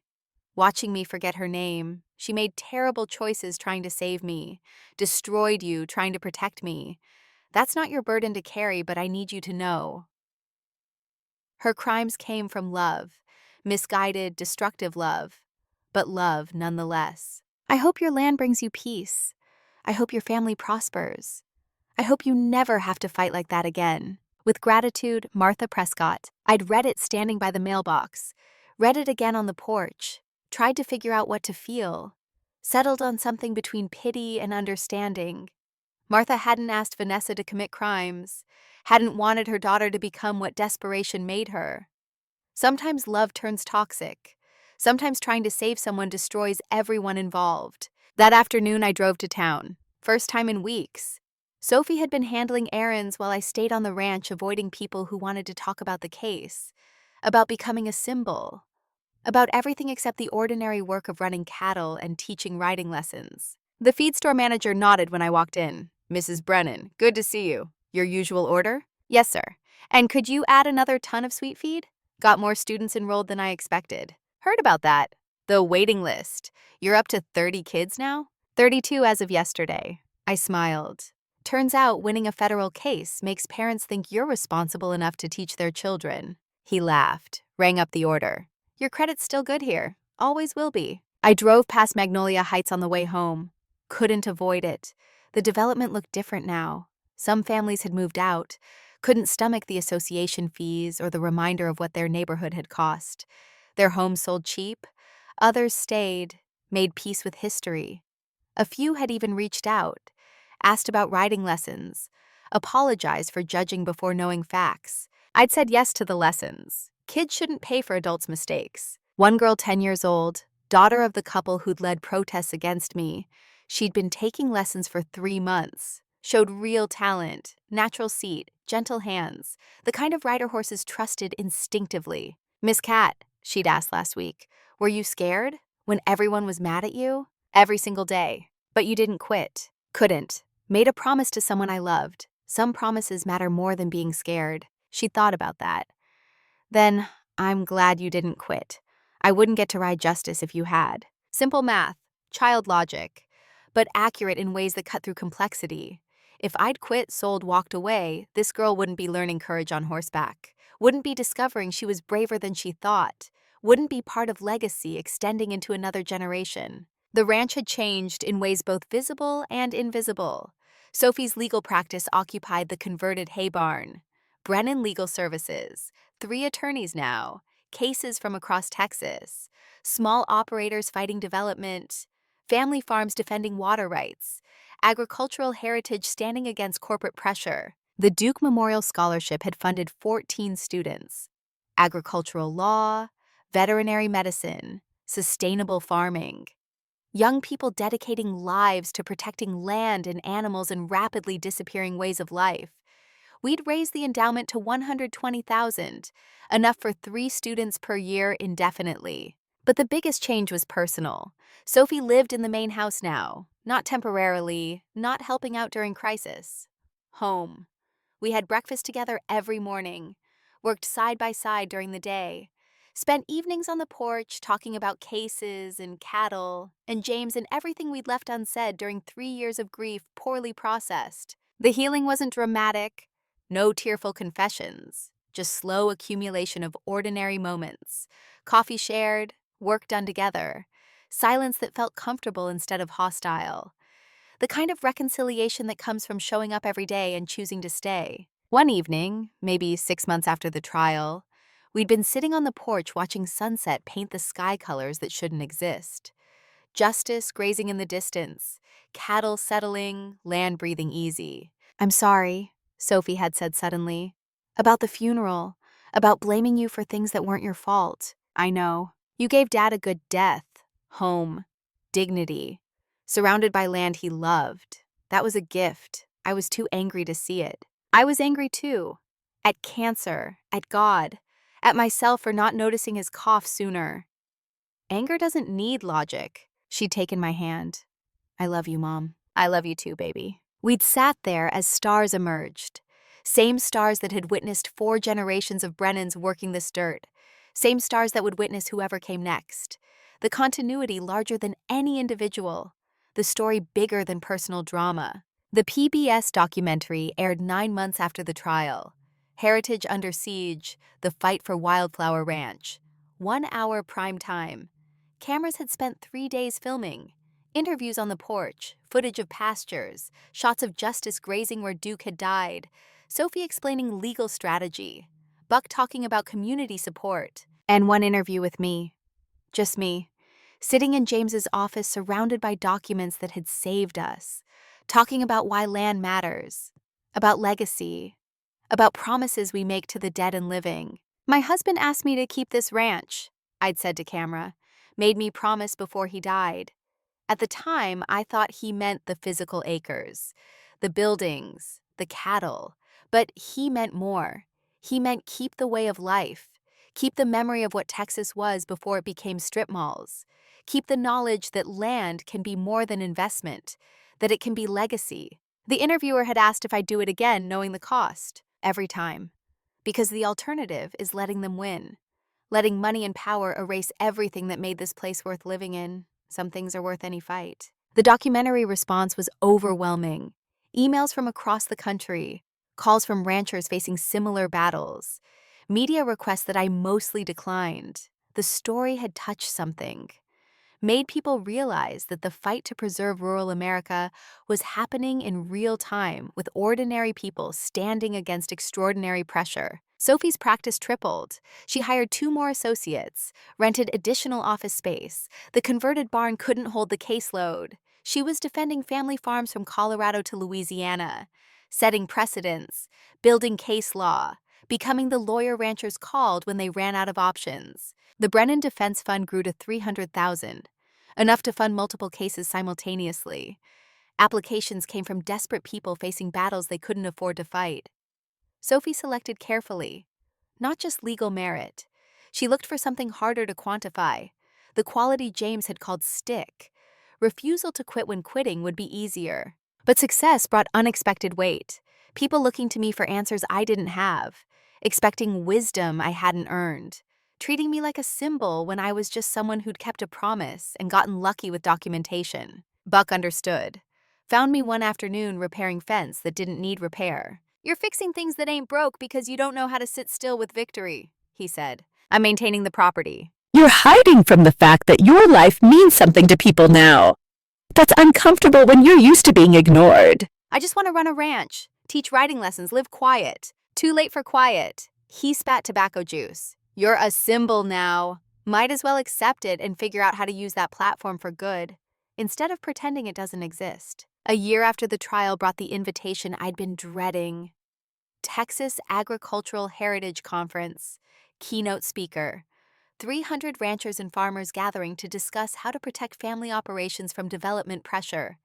They wanted me to tell our story, inspire others, show that fighting back was possible. I almost declined. Sophie convinced me otherwise. "Mom, you have knowledge people need. Legal strategies that work, documentation techniques, ways to organize community support. If you don't share that, other ranchers will lose battles they could have won." "I'm not a public speaker. You're a rancher who won. That's the only qualification that matters." The conference was in San Antonio, convention center that could hold 1,000 people. I walked onto that stage feeling every inadequacy, every moment of fear during the fight, every doubt about whether I'd made right choices. Looked out at 300 faces, ranchers and farmers, young and old, families who'd worked land for generations, people facing the same pressure we'd faced, looking for hope, for tools, for proof that survival was possible. "My name is Catherine Brennan," I started. "A year ago, I was drowning in debt and fighting to keep land my family had worked since 1927. Today, I'm here to tell you that winning is possible. Not easy, not quick, but possible if you're willing to fight smart instead of fighting angry." I talked for 40 minutes about documentation, about finding historical records, about building legal teams, about community support, about patience as strategy, about letting opponents overcommit before revealing your weapons. But mostly I talked about why it mattered, about legacy and promises, and the responsibility we carry to generations not yet born, about how preserving family farms wasn't nostalgia, but necessity, about how the people who feed us deserve protection from forces that see land only as commodity. When I finished, the standing ovation lasted 3 minutes. Afterwards, people lined up to talk, to share their own battles, to ask specific questions about tactics, to say thank you for proving it could be done. One woman, maybe 40, tears streaming down her face. "My grandfather is 87. watching developers circle his farm like vultures. He wants to give up. I'm going to show him your story. Make him understand the fight is worth it. Another man, young, maybe 30. Fifth generation dairy farm, property taxes tripled, bank threatening foreclosure. Your case gave us a legal strategy. We're fighting back. Because of you, we have hope. An older couple married 60 years, lost their ranch last year, couldn't afford to fight, just wanted to shake my hand, tell me I'd done what they couldn't, give them closure by proving the system could work even if it hadn't worked for them. I stood there for 2 hours, listening, advising, absorbing the weight of what our fight had become. Not just our victory, but symbol of possibility. Proof that regular people could use law to protect themselves if they understood the tools available. Sophie found me afterwards, exhausted, emotionally drained, but somehow lighter, like sharing the burden had distributed the weight across more shoulders. You were brilliant, she said. I was terrified. Same thing for our family, she smiled. Dad would have been so proud. He would have been terrified too, which means he would have done it anyway. That's what courage is, being scared and doing it regardless. We drove home through hill country darkness. Stars so thick they looked like spilled sugar, the land sleeping under night sky that had witnessed this view for millennia. We were temporary, brief flickers in geological time. But what we did here mattered, because it affected what came next. 18 months after the trial brought news from California. Vanessa was being released. Early release for good behavior and mental health treatment compliance. She was moving near her mother's facility, starting over, rebuilding life from rubble she'd created. I got the notification via email. Simple, professional. Just information she thought I should know. Didn't want me hearing from someone else and worrying. Sophie asked what I felt. I said mostly nothing. Just acknowledgement that she'd done her time. That second chances were what separated civilization from vengeance. That holding hate required energy I needed for other things. Are you afraid she'll come back? Sophie asked. Number. She's destroyed, broke, disbarred, facing lifetime of consequences. What's she going to do? Sue me? She lost that fight comprehensively. But what if? What if doesn't matter? We have documentation, we have legal precedent, we have support. If she tries anything, which she won't, we're prepared. But I don't think we'll hear from her again. Prison changes people, usually makes them smaller, less dangerous. I was right. We never heard from Vanessa again. She disappeared into California, built a different life, learned skills that didn't require law license, probably told different stories about what happened in Texas, maybe cast herself as victim, maybe told truth.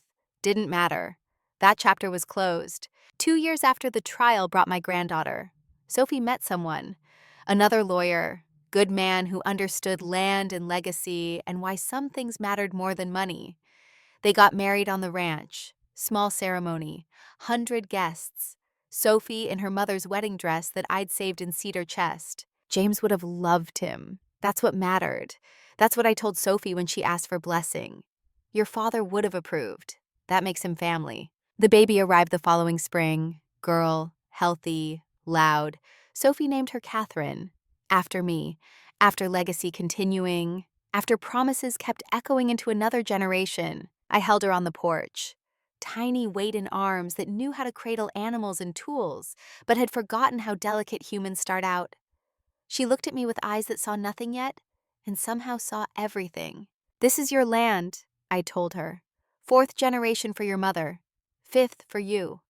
Someday you'll understand what that means, what people fought to keep it, what it costs to preserve legacy. She made a noise, baby sound without meaning. I chose to interpret it as understanding. Your great-grandfather made me promise to keep this ranch. I kept it. Your mother helped me fight for it. Someday it'll be yours to defend. The threats will be different. The tactics will evolve. But the fight will be the same, proving that some things matter more than money. Sophie watched from the doorway. Think she understands? She will. When it matters, she'll remember. Same as you did. Same as I did. Legacy isn't taught. It's absorbed through growing up, surrounded by land that demands care. 3 years after the trial brought full circle moment I didn't expect. Maria, the 10-year-old daughter of former protesters, had been taking lessons for 18 months, shown real talent, natural rider. We'd entered her in local shows, small competitions, nothing major, just opportunities to learn pressure and performance. She won. Youth Division. Riding Justice, who'd proven as patient with children as Duke had been.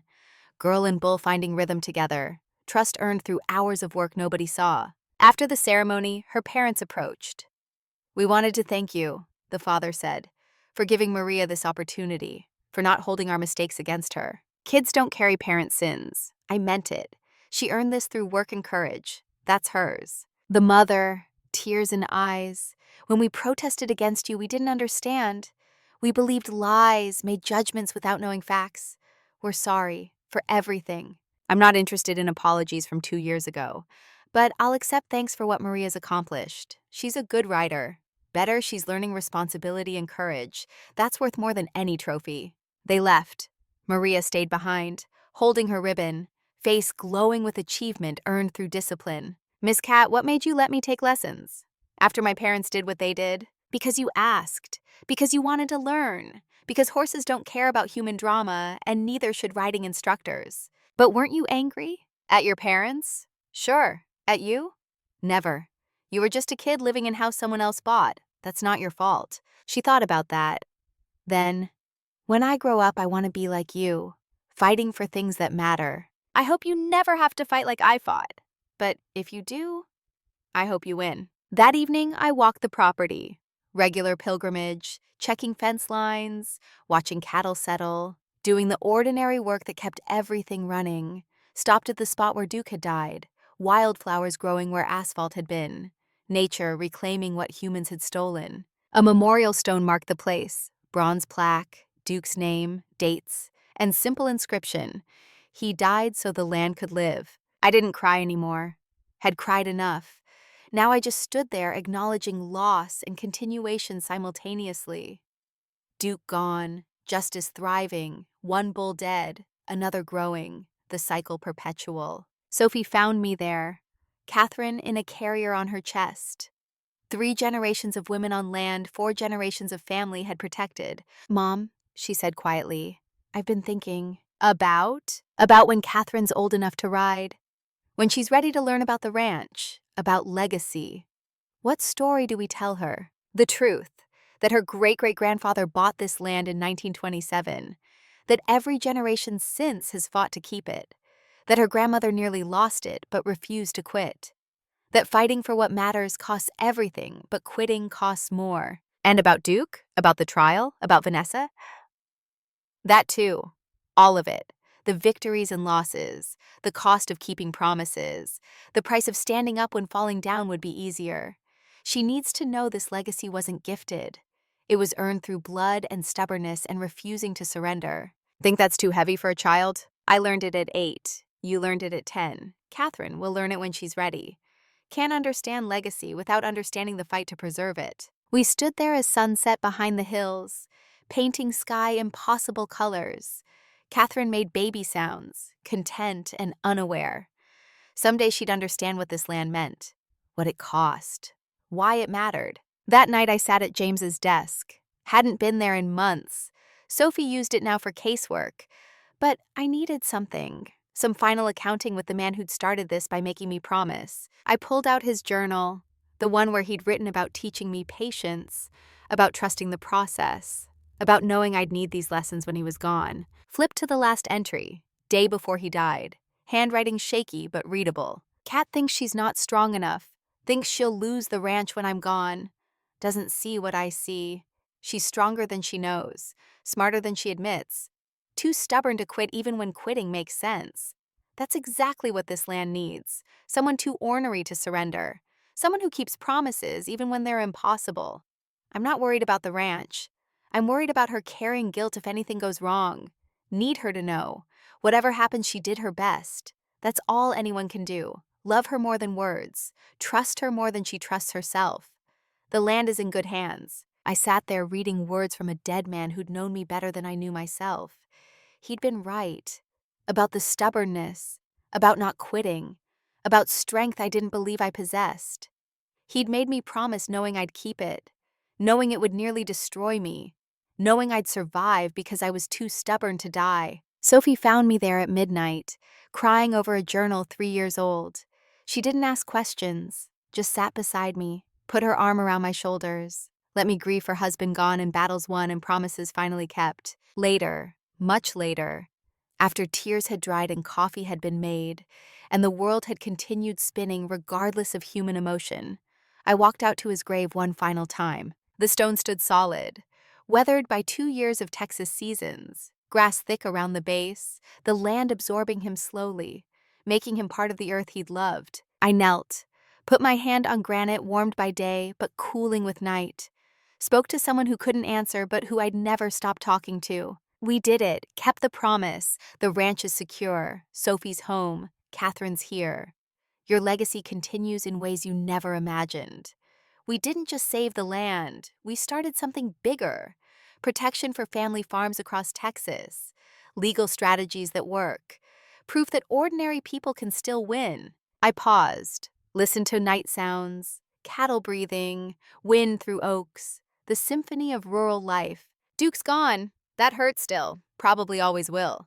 But justice is everything you hoped, and the Memorial Scholarship has funded 20 kids now, 20 young people dedicating lives to protecting what you protected. So I guess we won. Not perfectly, not cleanly, but we won. And that's what you asked for. That's what I promised. I stood slowly, knees protesting, body reminding me I was 58 and had lived hard years. Touched the stone one last time. Thank you.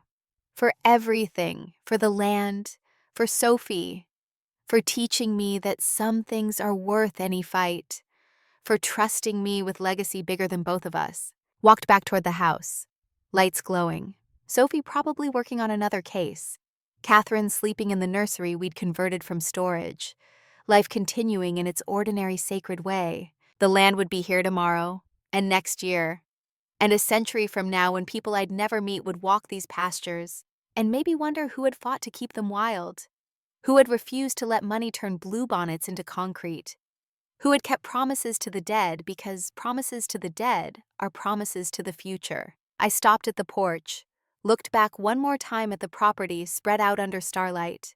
200 acres of Texas hill country, 4 generations of Brennan's sweat and blood and stubborn refusal to quit. Worth every fight, every loss, every moment of doubt and fear and wondering if I had the strength. Worth the price of being human and flawed and making mistakes, but refusing to surrender. The screen door creaked. Sophie stood in the doorway, Catherine in her arms, both backlit by kitchen light. My daughter, my granddaughter. Legacy continuing. Coming in? Sophie asked. Yeah, I climbed the steps. Let's go home. And we did. Into the house that had sheltered 4 generations. Into the life we'd fought to preserve. Into the ordinary miracle of family and land and promises kept. The wildflowers would bloom again next spring. They always did. That was the thing about Texas. You could tear it up, burn it down, try to kill it with machines or malice. Given time and patience and people stubborn enough to fight, it always healed itself. The land endured, and so did we.